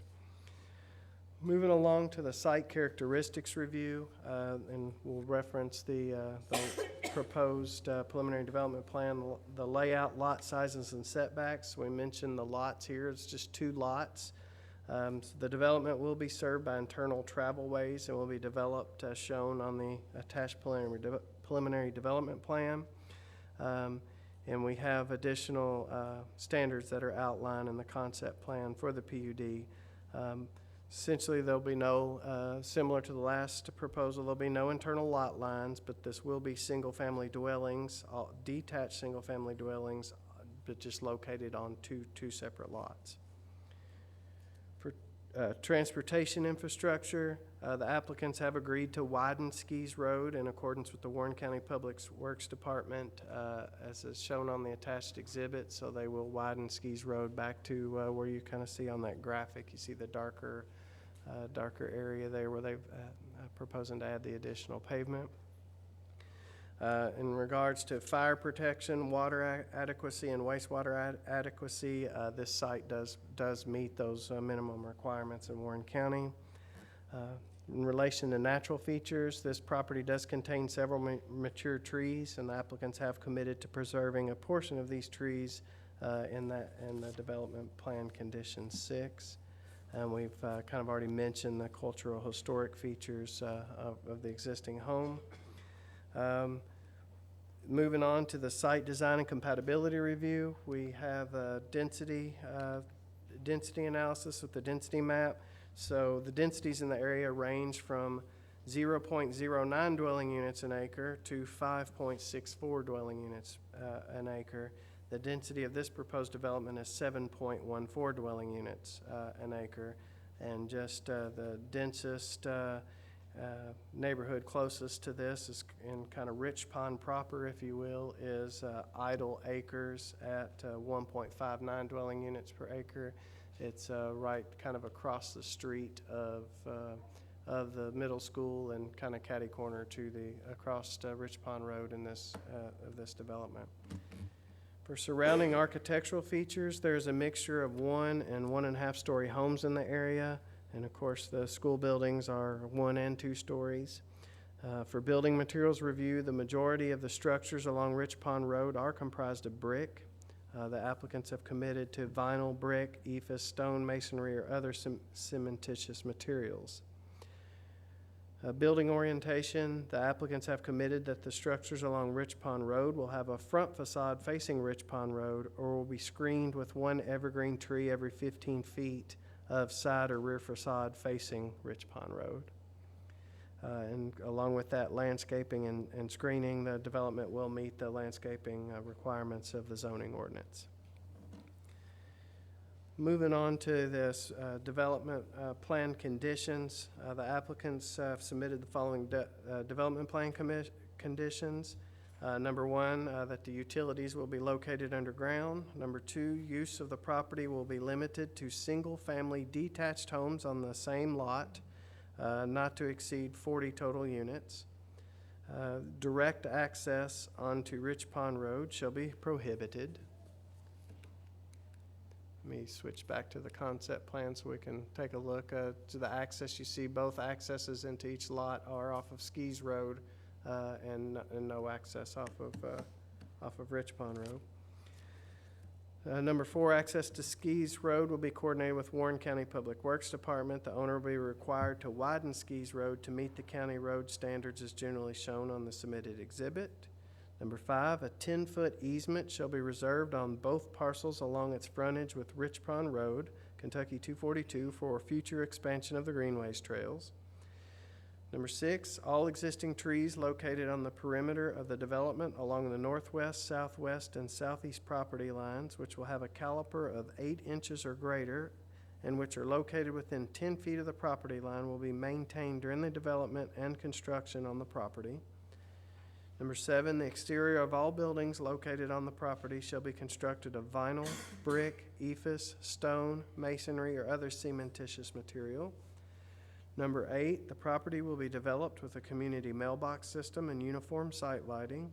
Number 9 is our typical lighting and light trespass binding element we see, which is now also a zoning ordinance requirement.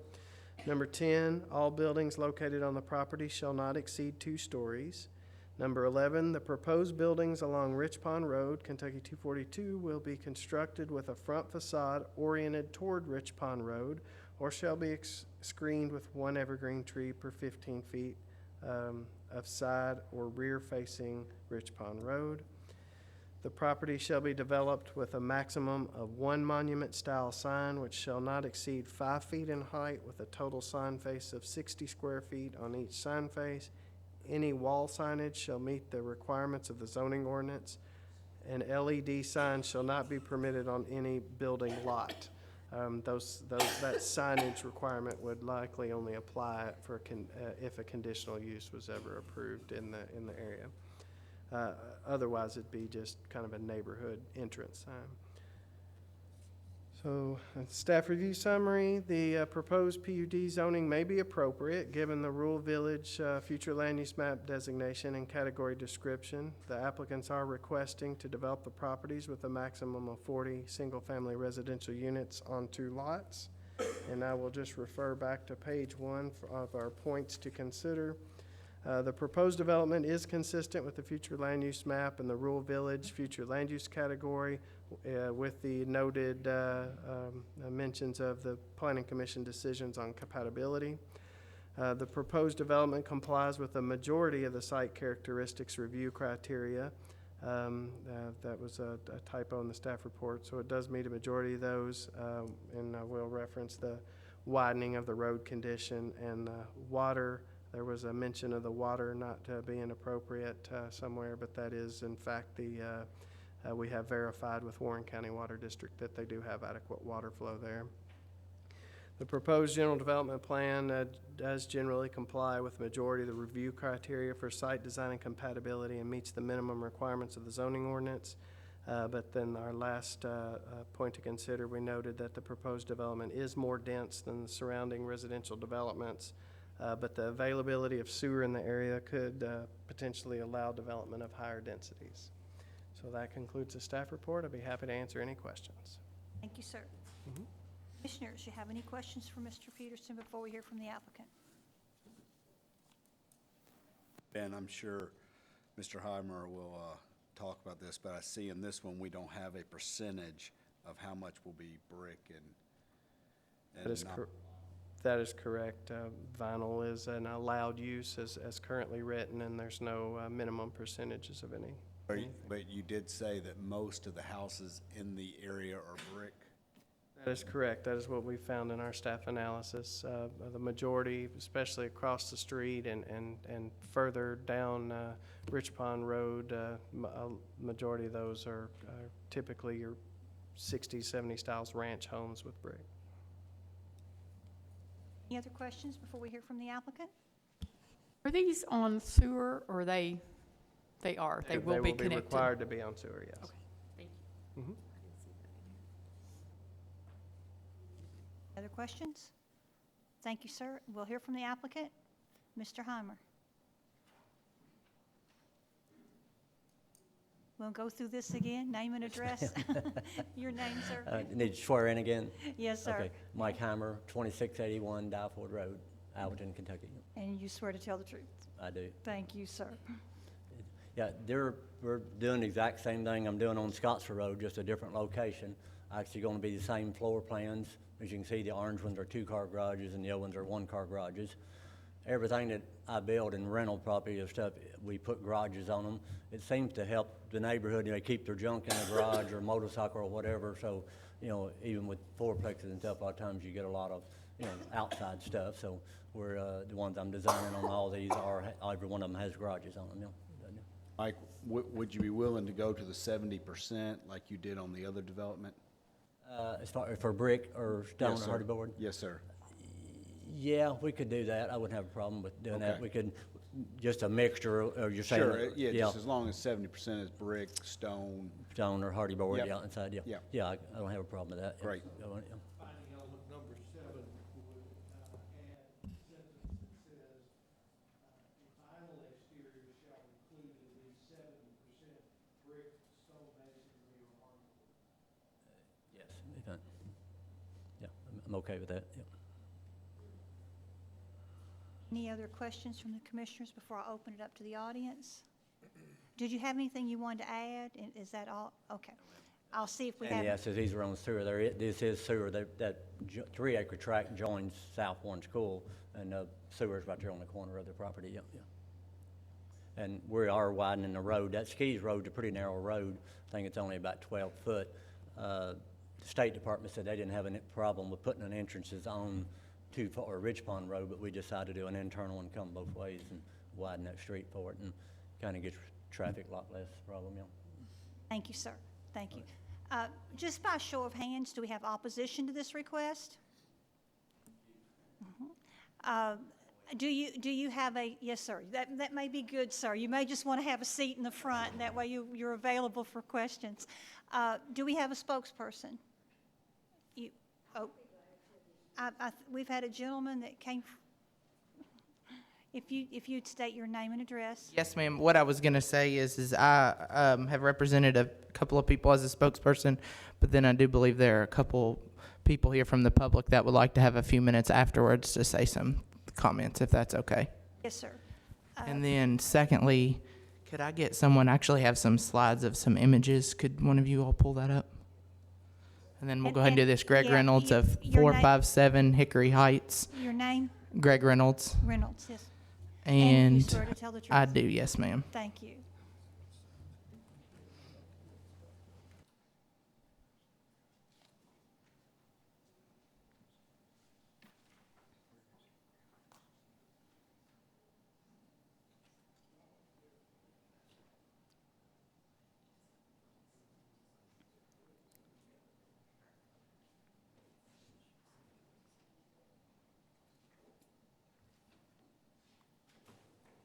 Okay, like I said, my name is Greg Reynolds, Madam Chair. I appreciate the opportunity to come and speak with you all in opposition to this.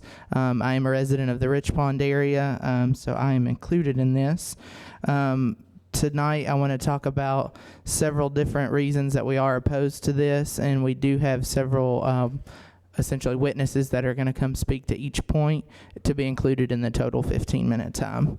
The first thing that I want to talk about to be in opposition is that it does not, the proposed changes do not maintain the current character of the current neighborhood. And so if you'll take a look at this slide, this is pulled from the Public Evaluator's website. I actually have handouts if somebody would like to pass them around.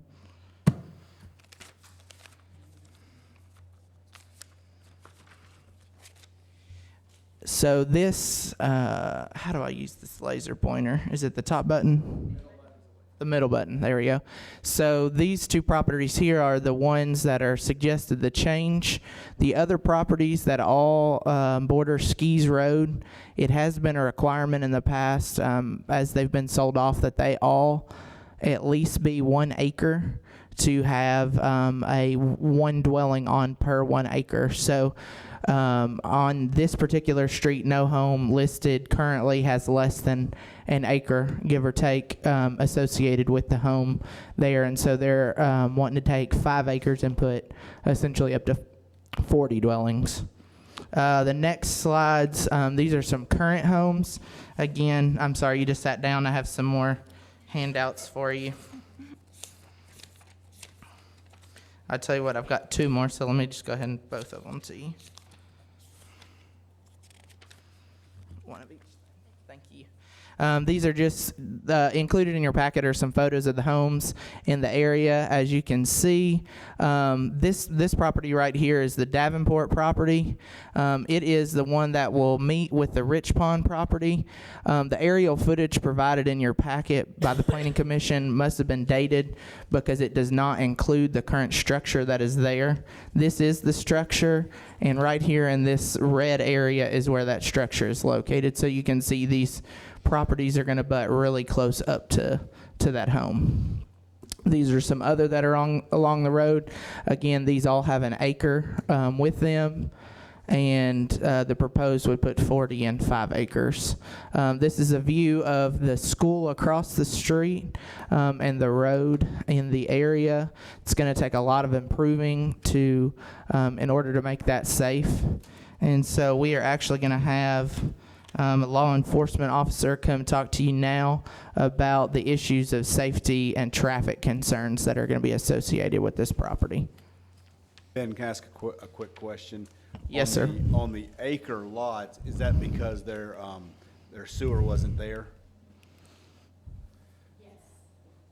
Yes, Yes, it was. Okay, so that's why they were acre lots? Correct. Because sewer wasn't there? They were Okay. existing lots, so they don't have to be connected to Yeah. sewer, Yeah. or they became before sewer. Okay, well, that's why they're an acre plus, is because there wasn't sewer. Generally, yeah. Okay. If there are agriculture lots that are 5 acres or more. Just to clarify, there's no restriction along Skis Road for 1 acre lots, correct? To my understanding, that was a requirement set forth by Mr. Skis. Ma'am, You'll have to please. come swear in. This is Mr. Skis' daughter. If you'd state your name and address, please. My name is Belle Rush, 180 Skis Road, and I will tell the truth. Yes, ma'am. One of those houses, the Davenport residence that you saw, was built after the sewer was available, but it was still on septic tank, and it is a 1 acre lot. So it had sewer available, but did not connect to that. How far is that Davenport house from this development? It's right there. This is the Davenport, the home is in this red box, and this is the establishment. So their proposed homes would literally butt up to almost the front section of their house. But it was an existing lot, so it didn't require sewer because it could put a septic tank, correct, Ben? Okay. That's worth clarifying, is that existing lots of record, even if sewer becomes available, if the lot is already platted and created, you can utilize the septic system. Sure. It's only when you create new New lots, lots. when sewer is available Yeah. within 2,000 feet. Okay. Yeah, or a new development. So back to, we're going to have a law enforcement officer come talk about the traffic and safety concerns, unless there's another question before that. Go ahead, sir. Name and address, Evan Charlotte, 381 Skis Road. and you swear to tell the truth. Yes, I do. Thank you, sir. I'm going to cite some concerns for crime. High-density areas can produce higher amounts of crime, and this is citing land use and violent crime study done by Thomas Stuckey, John Ottensman.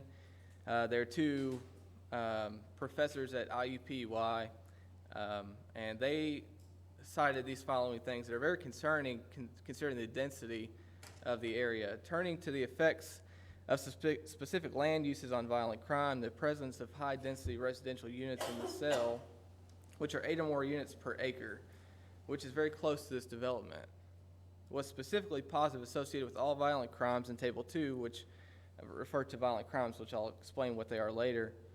Even controlling the population size and socioeconomic disadvantage, there appears that to be something about such units as associated with all types of serious violent crime, even controlling for other factors in the model. Apparently, high-density housing units promote serious violent crime. When it talks about serious violent crime, it's talking about rape, murder, robbery, aggravated assault. So even in highly advantaged areas with high-density housing, somewhat higher expected numbers of violent crimes. However, the areas become more disadvantaged. The effect of high-density housing on violent crimes becomes more pronounced. Interestingly, predicted violent crime counts in highly advantaged cells with high-density housing are only slightly lower than predicted violent crimes that counts extremely disadvantaged areas with no high-density housing. Thus, it appears that high-density housing associated with higher violent crimes, but especially so in disadvantaged areas. So not just disadvantaged, but also advantageous areas. The findings of current study have implications for land use planners. For example, it appears that busy roads, high-density housing can produce additional violent crime. This type of development put right across from a school, with this in mind, I think is very concerning. Also, based on my experience, when we have rental houses or rentals, trailer parks, apartments. Yes, sir.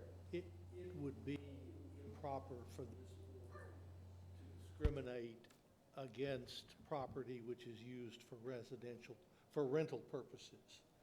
It is in fact contrary to federal law to make a decision about land use based on the fact that it is intended for rental use. Okay, my arguments again on the crime, sir.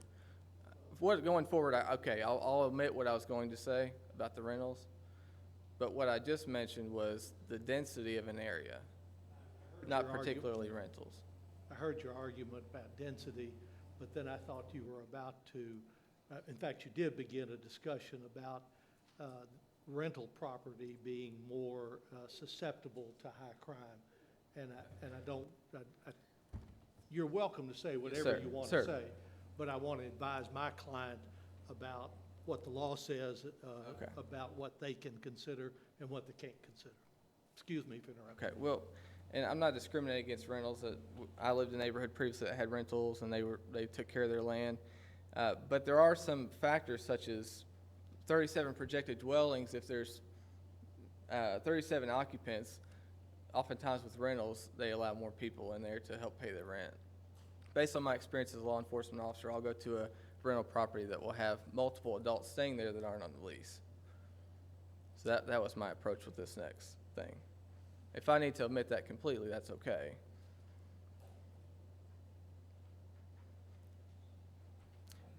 But often in high crime areas, it's not only is it violent assaults, but it's drug use, drug trafficking, and things of that nature as well. So, addition to that, traffic concerns, is there going to be a traffic light? I don't know if there's predicted to be a traffic light coming out Skis Road. But I would be curious of who's going to pay for that. There's going to be at least probably 74 more vehicles pulling out of that area. If there's going to be maybe 2 vehicles per dwelling. increased traffic, increased congestion, that area when kids are going to and from school. It's going to be very congested. Also after school when kids are walking to and from. And it kind of reminded me of the incident 2 years ago at Gordon Avenue in Scott, where a girl was walking across the road. She was hit by a vehicle. She was simply trying to cross the road to go to the Dollar General or the Family Dollar, was hit by a car. There was no traffic light there, and it was a very similar density as far as you talked about traffic to and from after school and kids walking about. I think this could be a very, very major concern. If we don't have a traffic light, if we're going to allow all these dwellings to go right there across from the school, also in addition to the increased crime that we could possibly see in the area, based on this study, which looks at 8 or more dwellings on an acre. Thanks. So the question I'd like to ask is, are you saying that we shouldn't, as a commission, do anything above 8 dwelling units an acre? I think 7 is concerning. This study cites 8, and this is 7.4, I believe, on the plan. It hits right up there with those studies that they talked about, the highest rate of violent assault, rape, murder, robbery, aggravated assault. No one on our street, no one in our area is against people renting, no one is against more people coming to the school, but this is going to create hazards that we need to protect our area from. Yes, sir. You raise this same idea or concern with the development we done several months ago, right down in 31W, with all those apartment houses. Did I raise that concern? Were you there and were you here and voiced your opinion about this then? Yes, sir. Not at that. So that doesn't bother you, that development, does it? Well, here's the thing. I'm a police officer. I deal with the people on their worst day. I deal with high crime, drugs, violent assaults, murder, you name it. I have a kid that goes to the school. I have one that will. So I have stake in this area. This means a lot to me.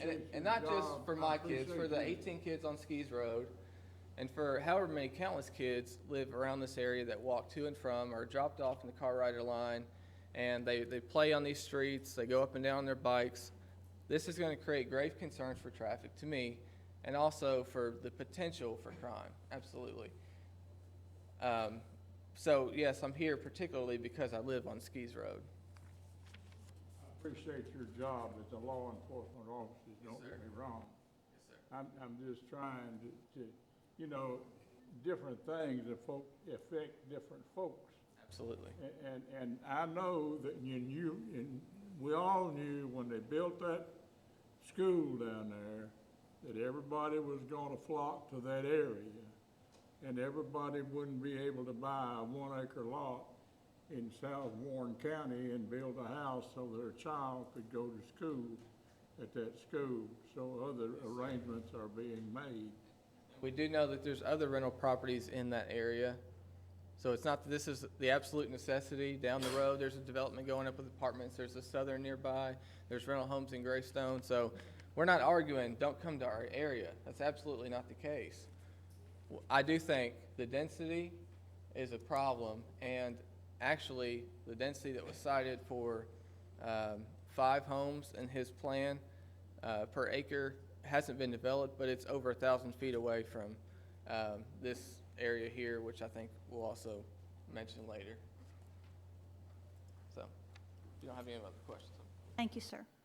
And to speak to that a little bit further, I don't think the argument is, I think everybody does want to be in the area, but I think part of this argument is this, for this particular section of Rich Pond Road and this particular section of Skis Road, to change this zoning, it does not fit with the current character of this neighborhood. Not the surrounding South Warren School area, but this particular section, it will not match. But I do want to jump really quick before we run out of time. I do want to address some deed restrictions that we have found. And I am going to be passing out copies, but and it's also on the screen, but to anybody that's interested, I actually do have a certified copy from the county clerk's office here available tonight if you'd like to look at the certified copy as well.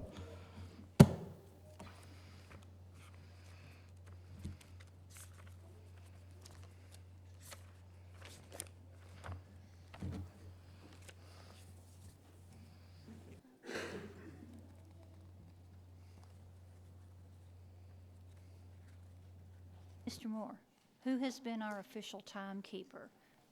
Okay, we're getting close to 15 minutes, are we not? Pausing during questions. You're being pausing during questions? All right.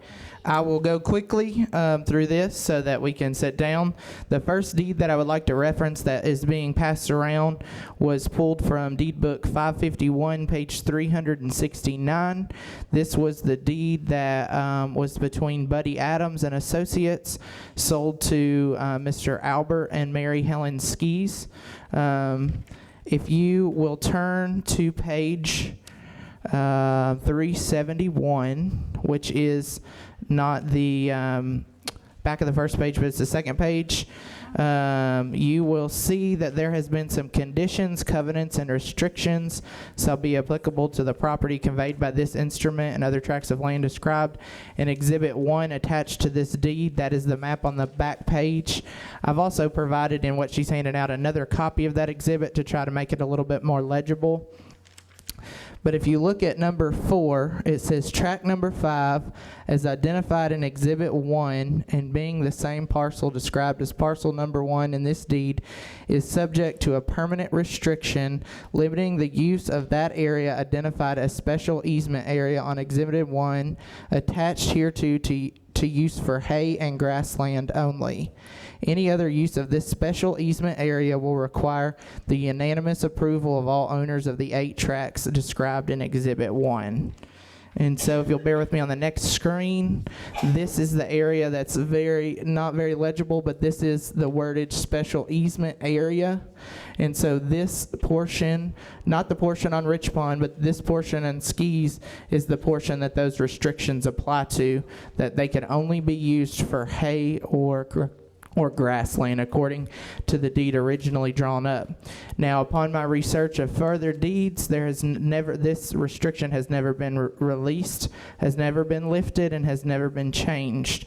The second deed that I've provided to you, book 1150, page 328, is the deed between Mr. Heimer and the co-executrix of the Skis family. We have one in attendance, Miss Bell, back here. But if you reference the third page, you can see that I believe the attorney that drew this deed up was Miss Lindsay Hinton. And you can see here that she actually references this restriction covenant and the particular page and book number that we just pulled this information from the original deed. So she was aware of this restriction when she drew up this most recent deed because it is included. But do I have any remaining time, sir? 3 minutes? Okay. Is there any questions on this before I move forward with one last? No questions? Okay. Lastly, I do want to bring up Mr. David Tama. He's also a resident of Skis Road, and he's going to talk about the design compatibility and the density. Good evening. Name and address, Dave Toma, 127 Skis Road. and you swear to tell the truth. Yes, ma'am. Thank you, sir. Some of this my other neighbor had already hit on, so I'm just kind of get through it, not repeat anything. Thank you. One of our major concerns also is flooding on that lot. We live across the street from it. We're 127. That lot floods significantly. We have pictures of it with ducks in it. That's how much water stands. It also travels down to the next lower lot, so our concern is what to do with all that water. I don't know any provisions on the proposed map for any kind of drainage or retention pond or anything, so that's a major concern we have. We've already touched on density. The surrounding structures, our home's across the street from the 2.2 acres. It's brick, stone, hardy board. Obviously, we've moved to the community from St. Louis for a specific reason. We like the 1 acre, we like it being the county. So we just don't feel in general that the proposed development fits the agricultural rural community of Rich Pond, the village. The proposed development does not provide adequate landscape buffers to preserve the quality and aesthetics of the surrounding residences. The proposed development structures and accompanying noise and activity resulting from a high-density development will threaten the safety characteristics and the appeal of the community. So overall, we're concerned with the volume of the people in the traffic too. I personally don't deal with the traffic. I go to work before and come home after. But everyone else, you can barely get out on Rich Pond Road from Skees Road during school hours and all that, and this is just going to increase that. And then we also feel that 20% open space seems insufficient to accommodate stormwater, especially considering the increased runoff from added structures and roadways in the area. So, does anyone have any questions? Thank you, sir. Thank you. 1 minute, okay. At this time, I'll go ahead and wrap it up, and then to my understanding, after the question and answer, I'll have 3 minutes at the end. Is that correct for a closing statement? Okay, I'll go ahead and end for the moment.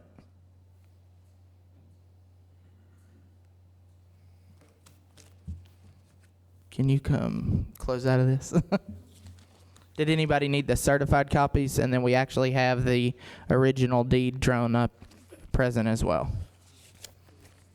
Let the clerk have the certified copies. We'll make those part of the record.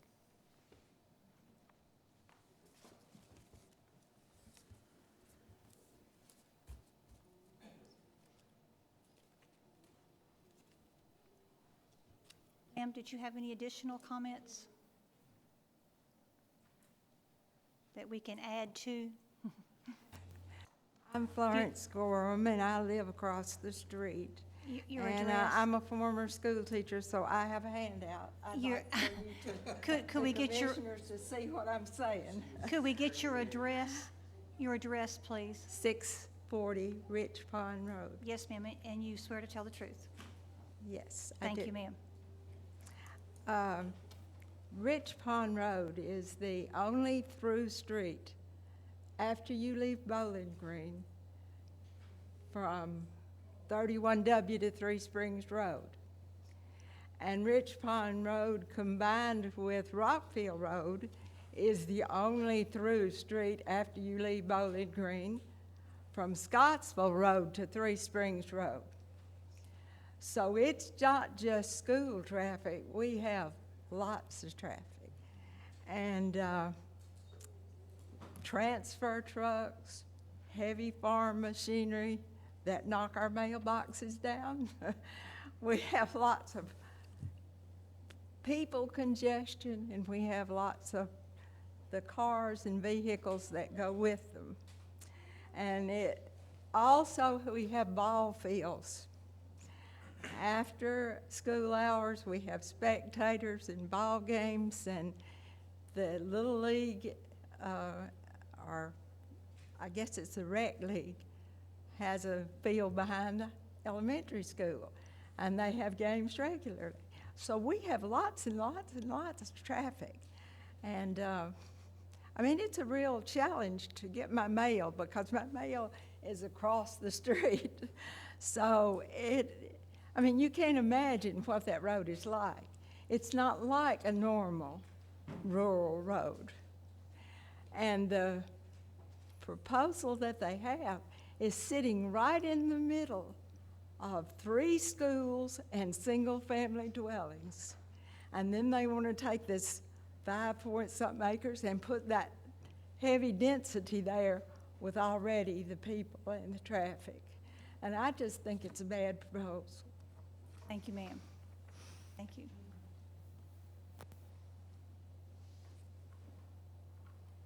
We have any other additional questions that have not been addressed or not been stated?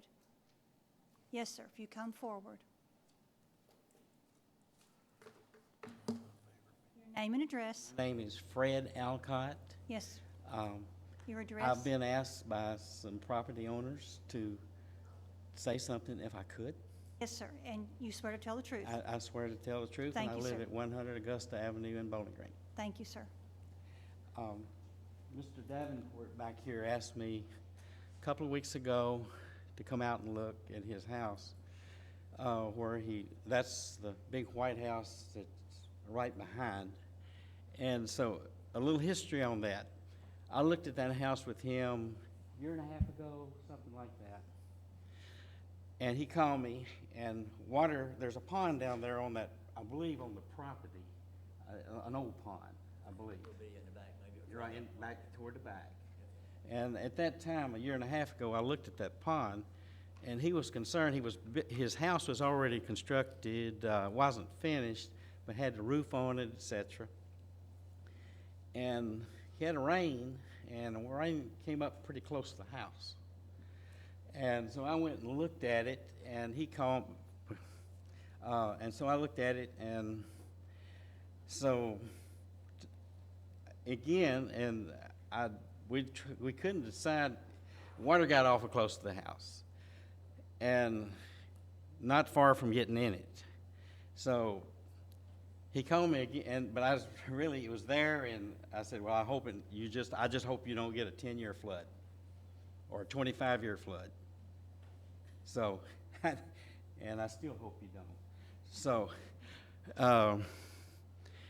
he called me back a couple of weeks ago, and he said, Fred, I had a rain the other night, and the water got up on my driveway. So I went out there with my instrument, and I shot it, and I shot it where I said, you show me where it got, and of course it went down. It did go down, didn't stay long, but it did get up on his driveway close to his house, within probably, 40 feet, maybe 50, let's just say 50 anyway.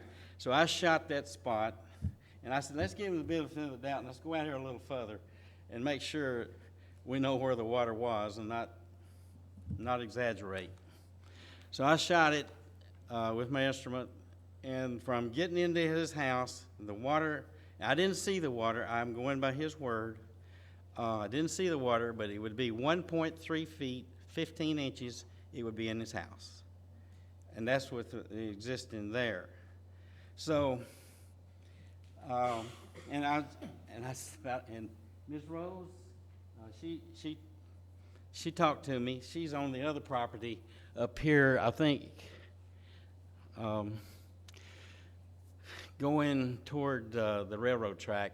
Is that the first house on the railroad track? And she told me that she's had water. They had to move out of their house for 2 days because of rain that runs off of that one. And I did look at that lot, believe it or not, about a year ago. And this person was interested in buying the lot. And so I walked over it with him. I spent about an hour out there, and I saw a lot of water standing pocketed on this property. What's that? 1 minute. Okay, 1 minute. Okay, so I saw water there, and I thought, well, and he asked me, would you build this? I said, yeah, would you build a house here? I said, well, I would rather not. You could probably do some land grading, do some retention areas, and yes, you could build a house. You maybe build two, or something like that. And I left it at that. But back to it, I haven't seen the drainage plan. Probably you have that, right? We do, yeah. My engineers do. And retention. I can go ahead and see. I'm not sure if y'all are aware, anytime we do a development, if there is a future water problem, this will only help. You know, we will be doing retention ponds, and water, as you know, is what it's required by planning and zoning. As far as water down the road, these other people's houses, I'm not sure, but the surrounding area, everything we're doing will be kept on site, and it will have a drainage retention pond for water and all to go down, so it should eliminate. There'd be no extra water run off that property. No, it'd be contained to the property. My engineer's here, he can ask you that, but it's illegal to dump water on other people's property, so it will be contained, and a retention pond will be dug on both of those properties, to take care of the water problem, if there is any in that area there, But I say it may not solve somebody's problem down the road a mile or so, but it will take care of if there's any problem right there, Thank you, thank you. And thank you. Thank you, sir.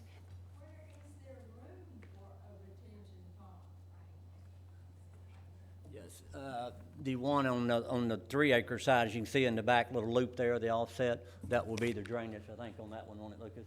On that one there, and then the other one to be on the corner over there. But he's a licensed engineer, he will design that to take care of the water for that much runoff. You know, depends on how many houses you have, how much hard surface you have, as to what size the retention pond has to be, you know, on that,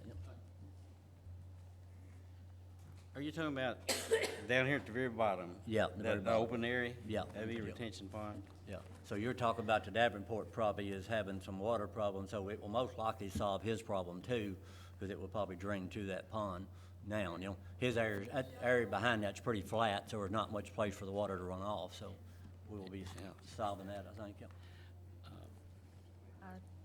Is it? There you go. Right there. Yeah. The other one, I think, on to the right, behind those orange ones, right in there, will be the drainage area to do that, yeah. I might show you something. I think my time's, does that work? Which one you push? The middle one. Middle. Okay. Oh, okay. Right there. I think Mr. Davenport's house sits right over here, and that's where that water was standing. And, okay. And it's gonna have to be a whale of a pond. So, Yeah. anyway. I'm not aware of any water problems. As y'all noticed, that's pretty much an eyesore. It's growed up, a barn, a house, rotten fence, so we'll be taking all that out. So I did not walk the entire property, but there was no water standing on it when I bought it. But if there is, like I say, a problem, it will be solved by retention pond and drainage. Thank you. Thank you, sir. You have a specific question, ma'am? Yes, if it's something we haven't already addressed? Yes. Yes, ma'am. If you'd state your name and address, please. My name is Melissa Rose, and I own the property 641 Rich Pond Road. Or to tell the truth. I do. I've owned that property for 18 years, and no offense to the properties that have been developed back Skis Road, but initially I had puddles in my backyard. After the development in Skis Road, those puddles became Rich Pond. Then the school came in. I had to vacate that property for 2 days because the water almost got into my house, which has a 2-foot foundation, rock foundation. I cannot utilize my building in the backyard, which has a 1-foot foundation. Can't use the floor of that building because of flooding. I'm considering flood insurance. So those first 2 orange-colored homes facing Rich Pond Road, I live right behind that. And I can answer any questions in regards to that. That's my primary concern. Thank you, ma'am. Yes, sir. Yes, sir.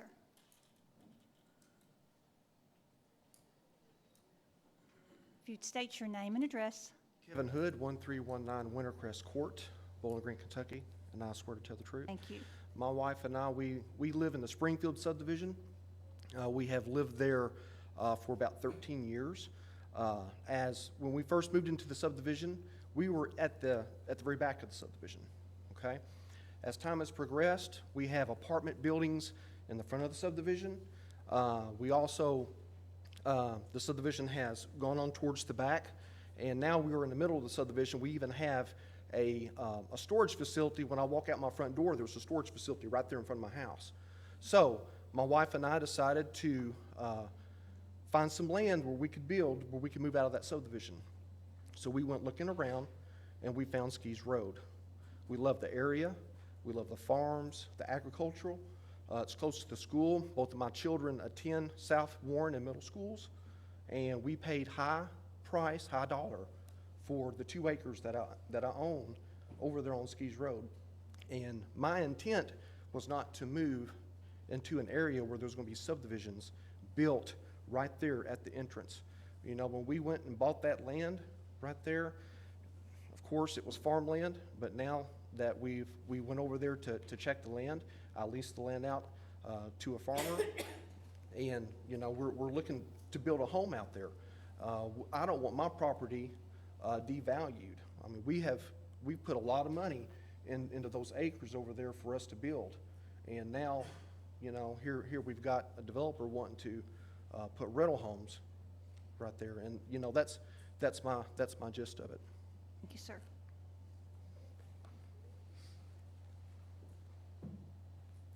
Yes, ma'am. You have additional information for us? I have a question for Yes, Mr. Heimer. Do I need to? Yes. No, you've already been sworn Okay. in. What's the square footage of these houses? Most of them will be somewhere around, the blue ones will probably be around 1,200 square feet, and the other ones will probably be around 1,500 square feet. All right, thank you. Whenever we sold that land to Mr. Heimer, he told me he was going to build one nice house on that 2 acres. And I did not realize that it had the deed restrictions that Greg talked about. But I have consulted some lawyers. We have not hired one yet, but all of them told me the same thing, that covenants and restrictions placed on real estate remain enforceable indefinitely unless all property owners that are subject to the restrictions agree to the change. So I just, Your answer to the property, she did sell me the 2-acre tract. I bought it at auction. The day of auction, you told me, you said, I'm glad you bought this to the guy that was bidding against me. She said, what are you gonna do with it? And I said, I'm not sure, but I did not tell you I was gonna build one house on that property. the day of this, that we closed, I asked you, and you had a Well, blueprint. This Yeah, has okay. nothing to do with our Right. issue, ma'am. Right. I apologize for stopping you, but those are personal issues that have nothing to do with this board. Camp, Yes, sir. question, restriction, I mean, is this something that is gonna prevent this from us voting on this? Deed restrictions do not affect your decisions on land use planning. They may affect Mr. Heimer's right to use this property, but those But we are don't rights. get involved in that and making the decision on whether to pass it or not pass it? Okay, Those restrictions are enforceable by others. okay. One more, yes, sir.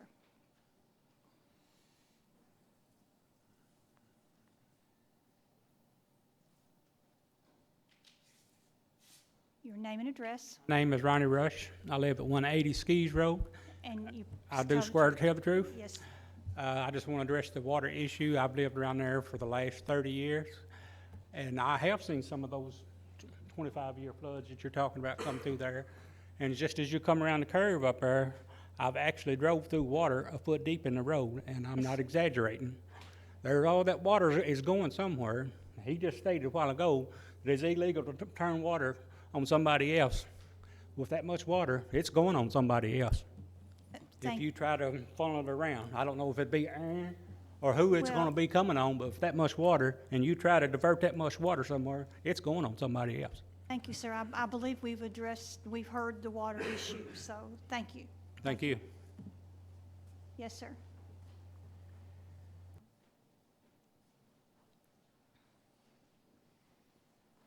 Dan Costello, 3653 Silver Sun Drive, Bowling Green. I swear to tell the truth. Thank I'm you, sir. Principal at Rich Pond Elementary. Yes, sir. I had no intent of speaking tonight, but the one thing that keeps coming to my mind, and statement that Mr. Charlo made, is what really prompted me to speak about this. One thing that I was aware of and I considered perhaps mentioning is the traffic issue, as he shared, as others have shared. In the afternoons especially, is backed up way past our school. And so that's certainly a concern. Mr. DeCesare, State Representative, has shared with me that in the 2-year plan for the 2020 road plan, they do have plans to widen that road. That's 2 years down the road. Still, who knows if that will be adequate to serve the subdivision. My biggest concern is our kids. I want every single kid who wants to come to Rich Pond Elementary to be there. I don't care what their socioeconomic status is. I don't care if they live in a $600,000 house or a 600 square foot house. I do know that sometimes our students who come from disadvantaged backgrounds are left to fend for themselves to get to school on their own.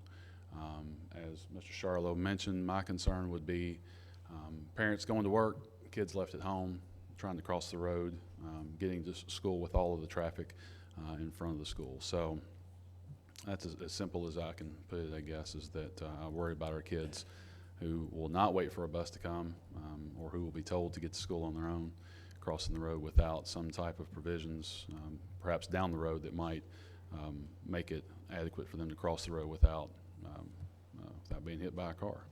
Thank you, sir. Thank you. I think we've heard from everyone.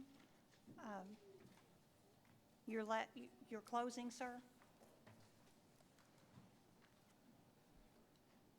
Yes, ma'am. I'm not going to take long because I know you all have sat through a lot of talking already tonight on this issue and some other ones. But just to kind of conclude on this, there is a myriad of concerns from people all over the general area. But I will say, when you think about the Rich Pond community, we're not incorporated, therefore we don't have a separate population done by a census. But I would say, again, if you took by show of hand the amount of people in this room that live in the Rich Pond area and are opposed to this, in opposition to this, that is going to be a very large number. And I would appreciate that the board take that into account when they think about voting on this measure.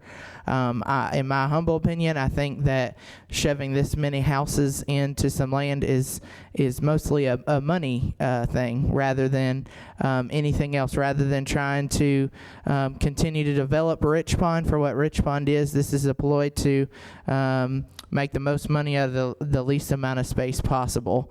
And like you said, it is a highly sought after area to live in, the South Warren School District area. And I think by keeping it special, it's going to keep it highly sought after, and it's going to continue to draw people into Warren County.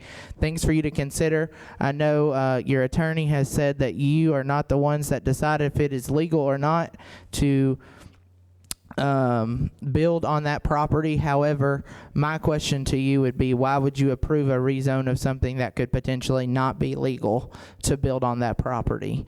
Also, do consider yourself living on this street with traffic concerns. This is a one-lane county road right now, Skees Road. You have to get off the road in order for someone to pass. So it is to add 40 homes with possibly 2 cars, so 80 cars in that general vicinity. Somebody's going to have to foot that bill, and again, that goes back on the taxpayers. So the development not necessarily going to be the one responsible paying that bill. I'd be happy to answer any questions, but when you vote, I do ask that you consider placing yourself in the Rich Pond community. Not anything against the people that could potentially live in this structure. That has nothing to do with it. But when you consider the current homes that are in the area, largely brick, largely larger sized lots, this is by far does not fit the characteristics absolutely and is not compatible with the neighborhood. Thank you, sir. Commissioners, any comments or questions before I call for a motion? Anything you want to add? Mike, Mr. Higgins is finishing. Yes, sir. Mike, I apologize. Question I have for you, does it, for your development, does it make any sense to lessen from 40 any less units for the density? I would consider, if it would consider them, one thing to address the road problem real quick, if they'll look at the road from there back to Nashville Road, which is probably where 80–90% of people is going to be going that way, that road is wider, than going the other way. But from what I understand, the funding has been approved to even widen that road. Now, when they're going to do it, I don't know, but I think me and Ben had that discussion there a while back. They said the funding has been approved to widen Rich Pond Road. But I wouldn't have a problem with withdrawing the 2-acre tract where the 14 houses is, and maybe cut that into, we could bring it back at a later time and maybe cut that into 4 tracts and do 4 houses, maybe 4 $250,000 houses on that tract to sell, and just do the one development on the right side. If that, we're always trying to, keep everybody satisfied and work with people as much as we can, But I mean, if that would make them happier, I think I would be willing to do that. If that's not a problem withdrawing that side of the road. They're 2 different tracts, 2 different land, on it. So. But again, our concern with that track is, again, it states that it should be gray and grassland only, so no buildings, no. That's not for. Again, you don't decide the legality of it, but why would you vote for something that? Because we're not. We have been advised by our attorney, and we understand. Yeah, thank you, sir. I mean, Mike, I'm not telling you to do it. I'm just saying, one of the things I heard today was density. You at 40 units on the 5.8 5.93 or 5.39 acres. We have 30, I think it's up to 40, but I think we have 35. 35. Designed, yeah, Okay. inside, but, we could eliminate. If you got down to, I looked at, if you got down to 32, that would get you in the 5.9, I think, density, which would put you, I would be willing to do that. I wouldn't have a problem with that to work with you. Binding element number 2 would be amended to delete 40 and in its place add 32. Maximum of 32, yeah. Maximum of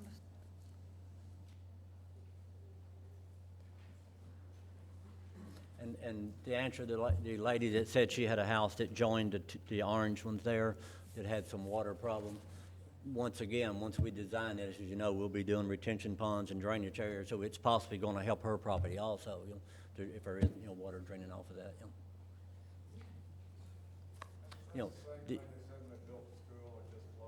I apologize, the time for questions is finished. We're doing the summation here and the decision. I think the apologize. Skis Road property is a very old development, and that's one of the reasons why it has the 1 acre lots, no sewer, and there's not a lot of drainage back there in the back of that, because it was an old development and they didn't require a lot of stuff back then like they do now, yeah.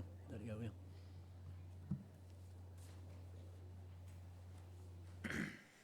But we're still keeping both lots. I was about to ask for clarification on that. We're still keeping both lots. We had first, the total number is for both lots. Both, yes, ma'am. Thank you, sir. That was my question. Anything else from commissioners before I call for motion? Anything you want to talk about openly or ask questions about?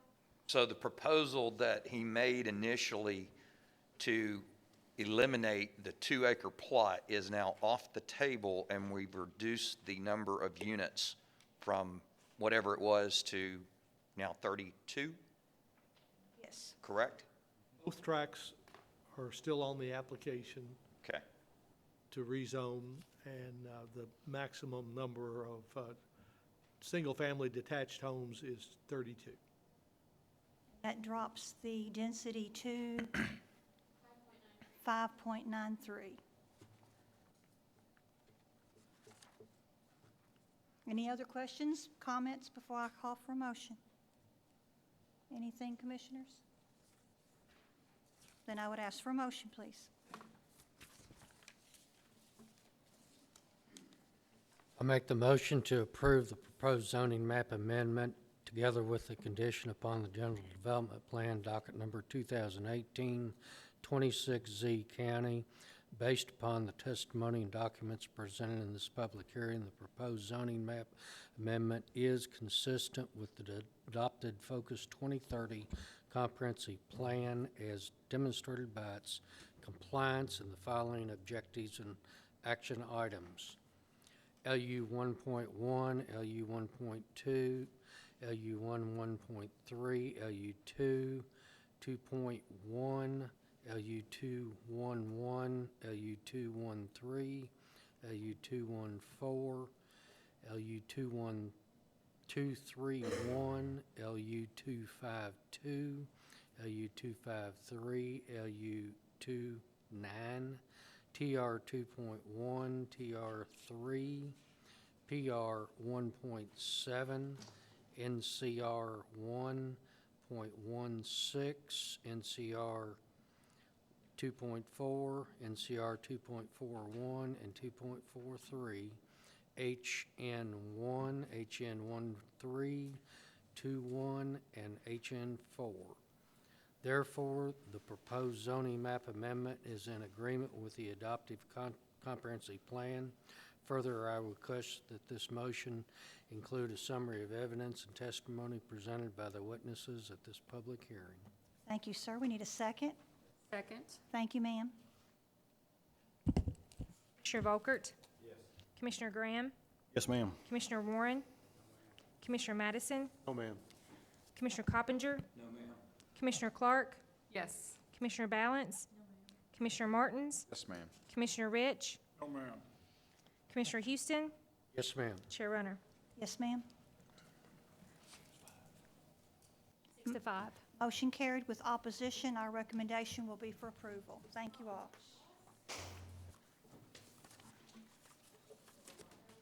We'll give you a minute to clear the room. Yes, let's take a break. We've been going since 6, so let's take about a 5-minute break and come back and finish up the agenda.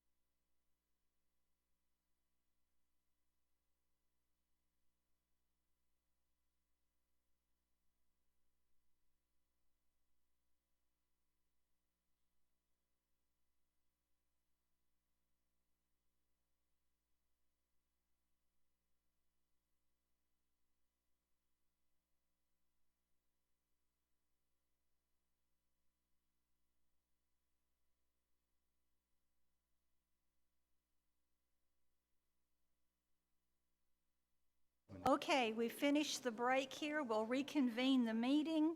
We're at item number 7 and 8. That's docket number 2018-11 Flume. Brian and Allison Mefford have filed an application for a future land use map amendment on a portion of a tract of land containing approximately 8.0389 acres located at 3538 Mount Lebanon Road from agriculture to rural density residential. And also that same applicants have also applied an application they have to rezone that land from agriculture to residential estate with a development plan. And we'll have the staff report from Ms. Ramsey. Thank you, Chair Runner. We had a pre-application conference on April 17th for this property. As Chair Runner has already stated, the applicants are requesting to amend the future land use map from agriculture to rural density residential. If that is successful, they would like to go from ag to RE, residential estate, in order to subdivide the property into 4 single-family residential lots. That property, as we were stated, is zoned ag. Land use is agriculture. A lot of agriculture around it, single-family residential. There's some vacant lots there, and a little bit of multifamily, looks like a commercial, and then a public, and a couple public institutional. If the proposed future land use map amendment is successful, and the proposed zoning is successful, the proposed land use would be single-family residential. They are proposing, again, four single-family lots, which would be half a dwelling unit per, 0.5 dwelling unit per acre, I guess would be more appropriate to say. Oh, apologize. So that's what they're proposing, how it would be divided up. The property's been zoned ag since zoning was established in Warren County in 1972. If the future land use map amendment is approved, the proposed RE zone is a potentially compatible zoning designation in the rural density residential flume category. One thing I will draw your attention to, in the compatibility with surrounding development box below that, you will see that it says there are generally adequate facilities and infrastructure other than adequate water to meet fire control standards. But I have here an email that Rachel gave me. As of 3:53 this afternoon, we have found out that it does meet the fire control standards, so you may disregard that. Points to consider: the applicants could cut off 2 exception lots and 2 5+ acre lots and accomplish the same goal without having to rezone the property and amend the flume. If the flume amendment is approved, the proposal would be consistent with the flume and rural density residential category. The proposed development generally complies with the majority of the site characteristics review criteria, and the proposed general development plan generally complies with the majority of the review criteria for site design and compatibility and meets the minimum requirements of the zoning ordinance. I don't really have anything in particular to draw your attention to on page 2. There are, of course, just those some of those items that are up to you as far as compatibility and character. And again, CF 2.6, that again deals with the fire control standards, which we've already addressed. If you go to page 3, the 4 proposed lots range in size from 1.6 to 2.49 acres, as shown here. Again, water adequacy, just ignore that that last little bit there, where the applicants have, well, we'll get to that in a minute if we need to ignore it or not. That needs to be up to the applicant, but we'll address that in a second. Natural features: the property contains several mature trees. Staff suggests maintaining these trees to the greatest extent feasible. Below that, soil suitability: the property is comprised of a soil type that is classified as very limited regarding soil suitability for septic tank absorption fields. The applicants have agreed in the development plan conditions to a perk test on the property. Going down to the site design and compatibility review, I'll just draw your attention to the very bottom one there, building orientation. The applicants have not specified which way the proposed homes will be oriented, but staff recommends any new residents on the property be oriented toward Mount Lebanon Road. If you go to the next page, you'll see the development plan conditions. Number 1, the subject property shall be developed for single-family residences, maximum of 4 lots, each lot a minimum of 1 acre. Each lot shall obtain a permit from the Barren River District Health Department for septic system approval prior to recordation of a plat. 3, all existing trees located on the perimeter of the development along the north, east, and south property lines which have a caliper of 8 inches or greater and which are located within 10 feet of the property line will be maintained during development and construction on the property. Number 4, no manufactured homes. Number 5, each single-family residence shall have at least 1,800 square feet of heated, cooled living space, exclusive of garage and porches. Number 6, each residence must be constructed of 80% brick, stone, concrete-based siding, or other modern masonry materials. Number 7, plain-faced block shall not be allowed as an exterior facade on foundations. Number 8, the location of any proposed driveway shall be coordinated and approved by the Warren County Public Works Department prior to the application for a building permit. Now, this is the one that I got a little bit ahead of myself earlier. Number 9, as we have seen before in the past, when applicants do not meet the fire control standards, they often put a development plan condition, previously binding elements, that they will place that phrase on the plat that that the water provided does not meet the fire control standards. Due to the information we have, it might be appropriate to ask the applicant if they'd be willing to omit that binding element since it's not needed any longer. But that would be up to them to agree to. I will note that that now, putting a note on the plat, that is a requirement now with the zoning ordinance changes. I believe Ben may have mentioned that in one of his presentations, but if in the future, if a development does not meet those fire control standards, it's got to have that note on the plat now anyway. So in conclusion, the applicants are proposing to create 4 residential lots of varying sizes. If the proposed flume amendment is approved, the proposed RE zoning may be appropriate given the rural residential flume designation and category description.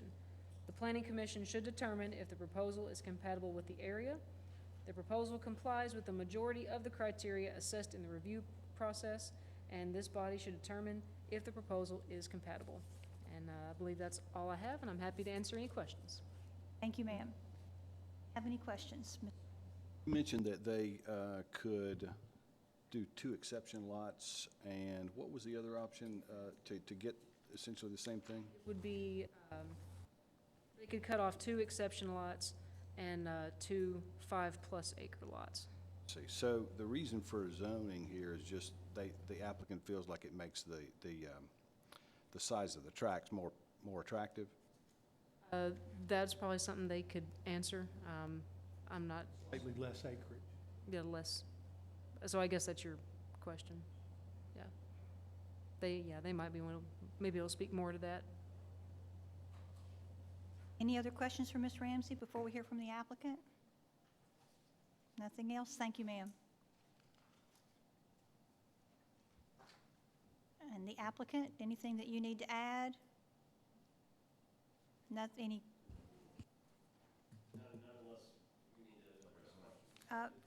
Did you want to adjust those development plans to take out that?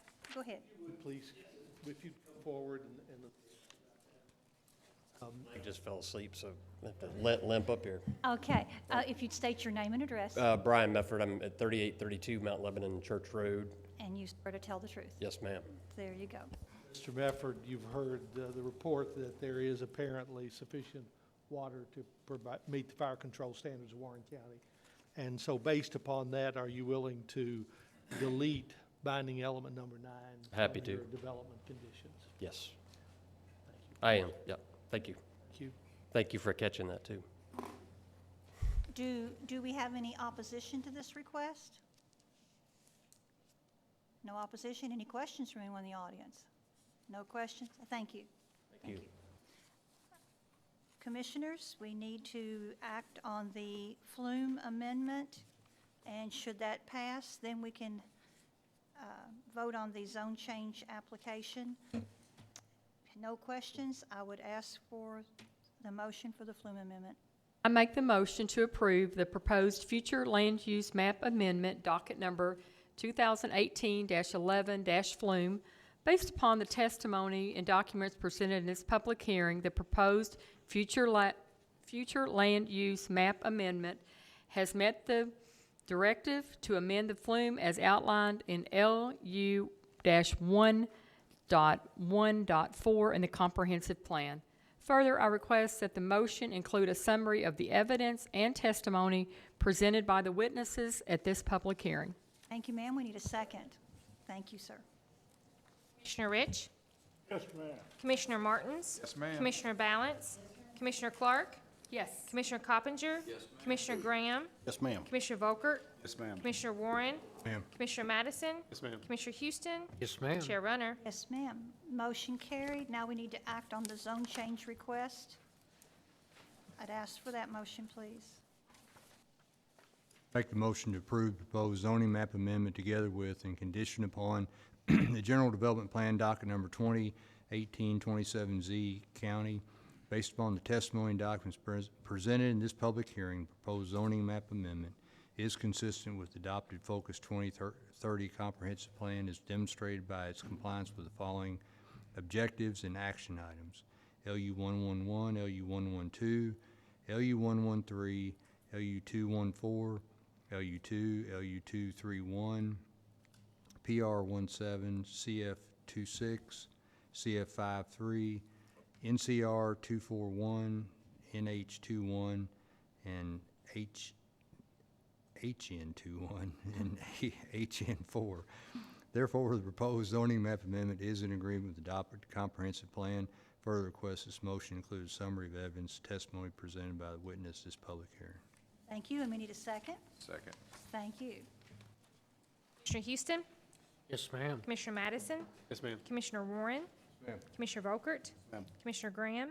Yes, ma'am. Commissioner Coppinger? Commissioner Clark? Yes, ma'am. Commissioner Balance? Commissioner Martins? Yes, ma'am. Commissioner Rich? Yes, ma'am. Chair Runner? Yes, ma'am. The motion carried. Our recommendation will be for approval. Thank you. Consider in the future, when there's no opposition to a motion, that we might just say, I want to choose all of the policies contained in the staff report. That would be wonderful. I think that'd everyone be would be in nice. agreement with that. Yes. That's a good idea. Thank you, sir. Last item on the agenda, docket number 2018-28Z PS. LA Construction of Bowling Green LLC has filed an application to rezone a tract of land containing approximately .4837 acres located at 401 Stone Lane, Plum Springs, from RS1A, Single Family Residential, with a General Development Plan, to RM3, which is Townhouse Multifamily Residential, with a General Development Plan. And we have the staff report from Ms. Hurd. Thank you, Chairman Runner. We had a pre-application conference on May 3rd for the property you see located here on Stone Lane in Plum Springs. And I guess worth mentioning in the Plum Springs community, we're currently going to each of our legislative bodies and trying to get our zoning ordinance amendments approved, one place at a time. The Plum Springs City Commission has not yet heard the second reading of our proposed zoning ordinance changes. So in this staff report, we are still referring to things as binding elements, because in Plum Springs, we still have binding elements. So just wanted to note that. We don't have to get used to that one for this one. We're going Not to revert back. not yet. Okay, So okay. with that, I'll jump on to the staff report here. And I guess this particular property, the applicants are proposing to develop a maximum of 4 units on the property, which is shown on the preliminary development plan here. The current zoning of the property is RS1A, and this portion, the entire property that you see in red and then the adjoining tract to the southwest there were both involved in a rezoning proposal that was before you just a year ago, back in 2017, so it may look somewhat familiar. The current use of the property is vacant, and you can see there are a mixture of uses in the area, including single-family residential and multifamily residential homes. And you'll also recall the property just southeast of across Stone Lane. I think that was before you in the last couple of months. You'll notice on the zoning map there, there's a a different zoning designation that's given to that property there. So lots of activity here on Stone Lane in the last couple of months. With that, I will jump on to the future land use map, which is moderate density residential. This designation encourages areas developed for higher density single-family detached and attached, as well as semi-detached multifamily development such as duplexes and townhouses, apartment buildings, condominiums, and mobile home parks. Densities in this land use should range between 3.5 and 13 dwelling units per acre. Speaking of density, we have the density map here, and densities in the area range from 0.43 dwelling units per acre to 11.76 dwelling units per acre. The proposed density of this particular development is 8.27 dwelling units per acre. With that, I'll jump on to our future land use map and category review. The Planning Commission should determine if the proposal is compatible with the area and therefore in compliance with LU 113. The proposal may comply with LU 2 and LU 2.1. The Planning Commission should determine if the proposal is a high-quality development that includes design standards tailored to protect the character of the area. The Planning Commission should also determine if the proposed development complies with LU 214, PR 1.7, and NCR 1.1.6. The applicants have outlined provisions for preservation of a portion of the existing trees on the property in binding element 9. The proposal may comply with LU 252, HN1, and HN 1.3 if determined to be a compatible infill project that preserves or enhances the character of the area. The proposal may also comply with HN 2.1 and HN 4 if the proposed residential units are believed to enhance the array of housing options available in the area.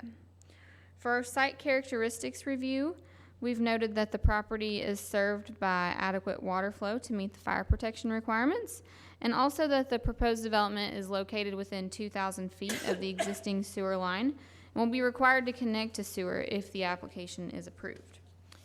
The application complies with the majority of the items in the site characteristics review.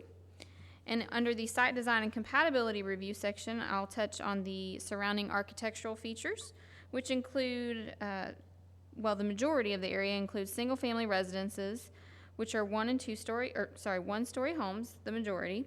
And there are also some multifamily residential structures in the area that are 2 stories. There are also a mixture of 1- and 2-story commercial and industrial structures in the area located closer to Louisville Road. The applicant has limited the height for any structure within the development to 2 stories. For our building materials review, we've noted that residences in the area are constructed of a mixture of brick and vinyl. Industrial buildings in the area are mainly constructed of metal, and the applicants have addressed proposed building materials in the binding elements, which I'll get to here in just a minute. So we will jump on to page 4, which includes our general development plan and binding elements, which I will note there is a typo on the staff report. It says development plan conditions. It's supposed to say binding elements. We were bound to mess that up with one of these tonight. But with that, I'll jump on to the proposed binding elements. Number 1 states that all utilities will be located underground. Number 2, there will be a maximum of 4 multifamily dwelling units on the property. Number 3, the property will be developed with 1 entrance to be coordinated with the City of Plum Springs. Number 4 addresses building materials and states that the exterior of the buildings located on the property shall be constructed of at least 80% brick, EIFS, stone masonry, cementitious material on all sides for each facade. Plain face block will be prohibited as a visible finished foundation material. The property will be developed with a community mailbox system and uniform site lighting. Lighting on the property will be down lighting not to exceed 16 feet in height, high-intensity discharge shoebox luminary type or wall-packed lighting designed to minimize light trespass onto adjacent residential properties and shall not exceed a half-foot candle at the property line. Number 7, all buildings located on the property shall not exceed 2 stories and shall have a front facade facing Stone Lane. Number 8, the property will be developed with a maximum of 1 monument-style sign which shall not exceed 5 feet in height with a total sign face area of 60 square feet on each sign face. LED signs are not permitted on any building lot. And that would be I guess, referencing signage similar to an earlier application. That would be the height and square footage that you'd see for an entrance sign, just identifying the development. And then number 9, all existing trees located on the perimeter of the development along the north, northwest, and southwest property lines which have a caliper of 8 inches or greater and which are located within 10 feet of the property line will be maintained during development and construction on the property. The proposed general development plan meets a majority of the review criteria for site design. The planning commission should determine compatibility of the proposed development with the surrounding area. And again, there's a proposal for a maximum of 4 units on this property. I'll jump back to the points to consider. The property and the proposal are generally consistent with the future land use map and moderate density residential category. The proposed development generally complies with the majority of the site characteristics review criteria and generally complies with the majority of the review criteria for site design and compatibility and meets the minimum requirements in the zoning ordinance. I believe that is all I have for the staff report. I'm happy to answer any questions. Commissioners, do you have questions for Bert before we hear from the applicant? I have 2 questions. Okay. First of all, it mentions the underground utilities. Out there, the electric and everything is all above ground. So this is going to be the first development out there with underground?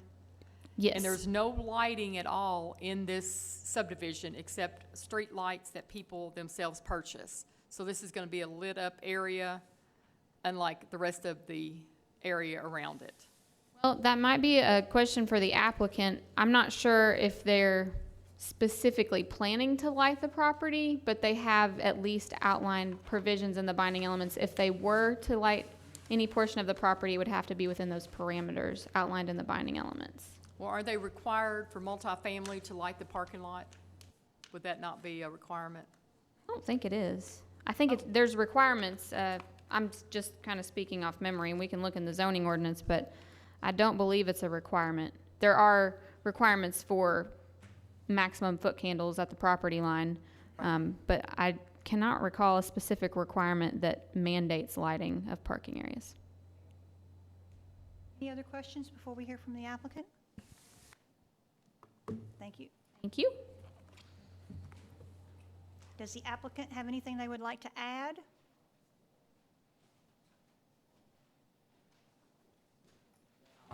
My name is Don Angdo. My address is 552 Willow Oak, Bowling Green. And you Yeah, I swear to tell the truth. Thank you. On my application, I try to have my building to have the minimum coverage over the only 55 to 60% of the coverage of the lots, and the building gonna be covered by the bridge. So basically, it's not gonna damage the surrounding area. And as far as I know is the over Coastal Line or Coastal Stone Lane area, there is really big area were approved to be the IM3, IM4. So I think my application gonna be, good. I work well with the city plan and gonna have more, provide more housing for the people working over the Trans Park area. So that's what I, thinking of. Yeah. Thank you, sir. Do we have any opposition? Opposition. Would you like to make a statement or ask a question? We can swear you in and let you say what you need to say. And maybe the applicant can help you or the staff. Yes, sir, your name. David Chandler, 427 Stone Lane. And you swear to tell the truth? I do. Or affirm, yes. We've lived in a single-family home located there for 19 years. And on our side of the street there, they're all single-family. Last little bit there. But we were just asking for consideration for me and my family for you not to allow them to put a multi-home next to us. Thank you, sir. Have anything you want to add, ma'am, or is that it? That's okay. Thank you. Thank you. I Commissioners? have questions for the applicant, please. Okay, first of all, I guess you realize that on each side of this, there are single-family homes, and you're wanting to put a multifamily home right in the middle of two people's residences. Is that correct? You know, yeah, actually, I saw that. But, you know, the entire area is like I'm3, and there are a lot of townhouse over Across the you know, street, yeah, across the yes. streets already, and so I think, and also I'm thinking about I try to build more house and give more opportunity for the people working over the Chance Park area, like I said before. So that is my decision to buy the lot. And it's concerning that when we drove out there, of course, the sign is in weeds. This lot, are you going to take better care of that than to give us what we see today? I mean, there's weeds knee-high, and you can barely see the sign that the commissioners put out there, or the planning commission put out there. I'm not sure I understand your question. Well, that's concerning to neighbors and everyone out there that this lot looks that bad right now, and then you're trying to put a multifamily house in between, or building in between two families. You know, even though I put the multi-family in the lot, but I try to have the good design and the bridge around, and also the coverage of my building and the parking lots is only like 50 or 55% of the lot, so it's gonna be not damage the surround area. And you can see over the lot, I have a lot of, you know, can you help me with the landscape? Yeah, I have the good landscape around for it to be nice, you know. I think what Ms. Clark's asking, are you going to maintain the lot better than it's being maintained today? Sure. Yeah, my name is Ngo Nguyen, and I live in 552 Willow Oak. I swear to Thank you, the ma'am. truth. Yeah, sure. Yeah, for the family, we will maintain cut the weed and grass according to the try to follow the ordinance of the city. Yes, right now because it's a vacant land, and we're still planning to do things, and so we kind of did not notice that the weed getting too high there. Yeah, but with the rain last week, yeah, maybe, yeah.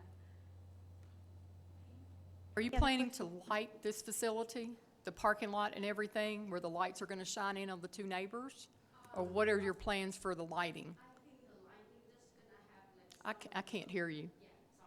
I don't think there's gonna be a big lamp post at the parking lot. There might be some lamp on the back of the house, like attached to the wall, so that people can walk to their car, you know, but not like the tall and big lamp post. Any other questions for the applicant? Nothing else? Then I would ask for a motion. Thank you.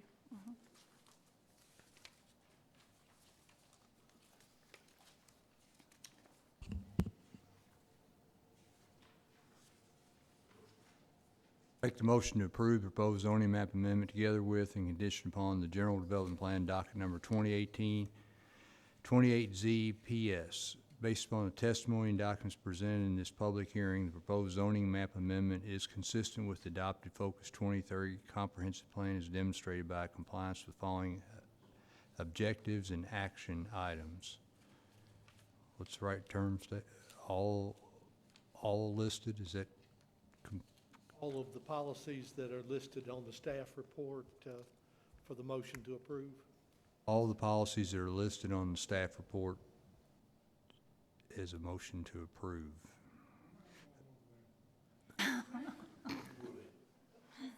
Therefore, the proposed zoning map amendment is in agreement with the adopted comprehensive plan. Further request this motion includes summary of evidence and testimony presented by the witness this public hearing. Thank you. We need a second. Second. Thank you, sir. Commissioner Martins? Yes, ma'am. Commissioner Clark? No. Commissioner Graham? Yes, ma'am. Commissioner Warren? Ma'am. Commissioner Houston? No. Commissioner Madison? Yes, ma'am. Commissioner Volkert? Yes, ma'am. Commissioner Coppinger? No, ma'am. Commissioner Balance? Commissioner Rich? Yes, ma'am. Chair Runner. Yes, ma'am.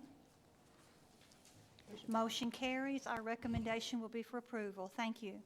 Thank you.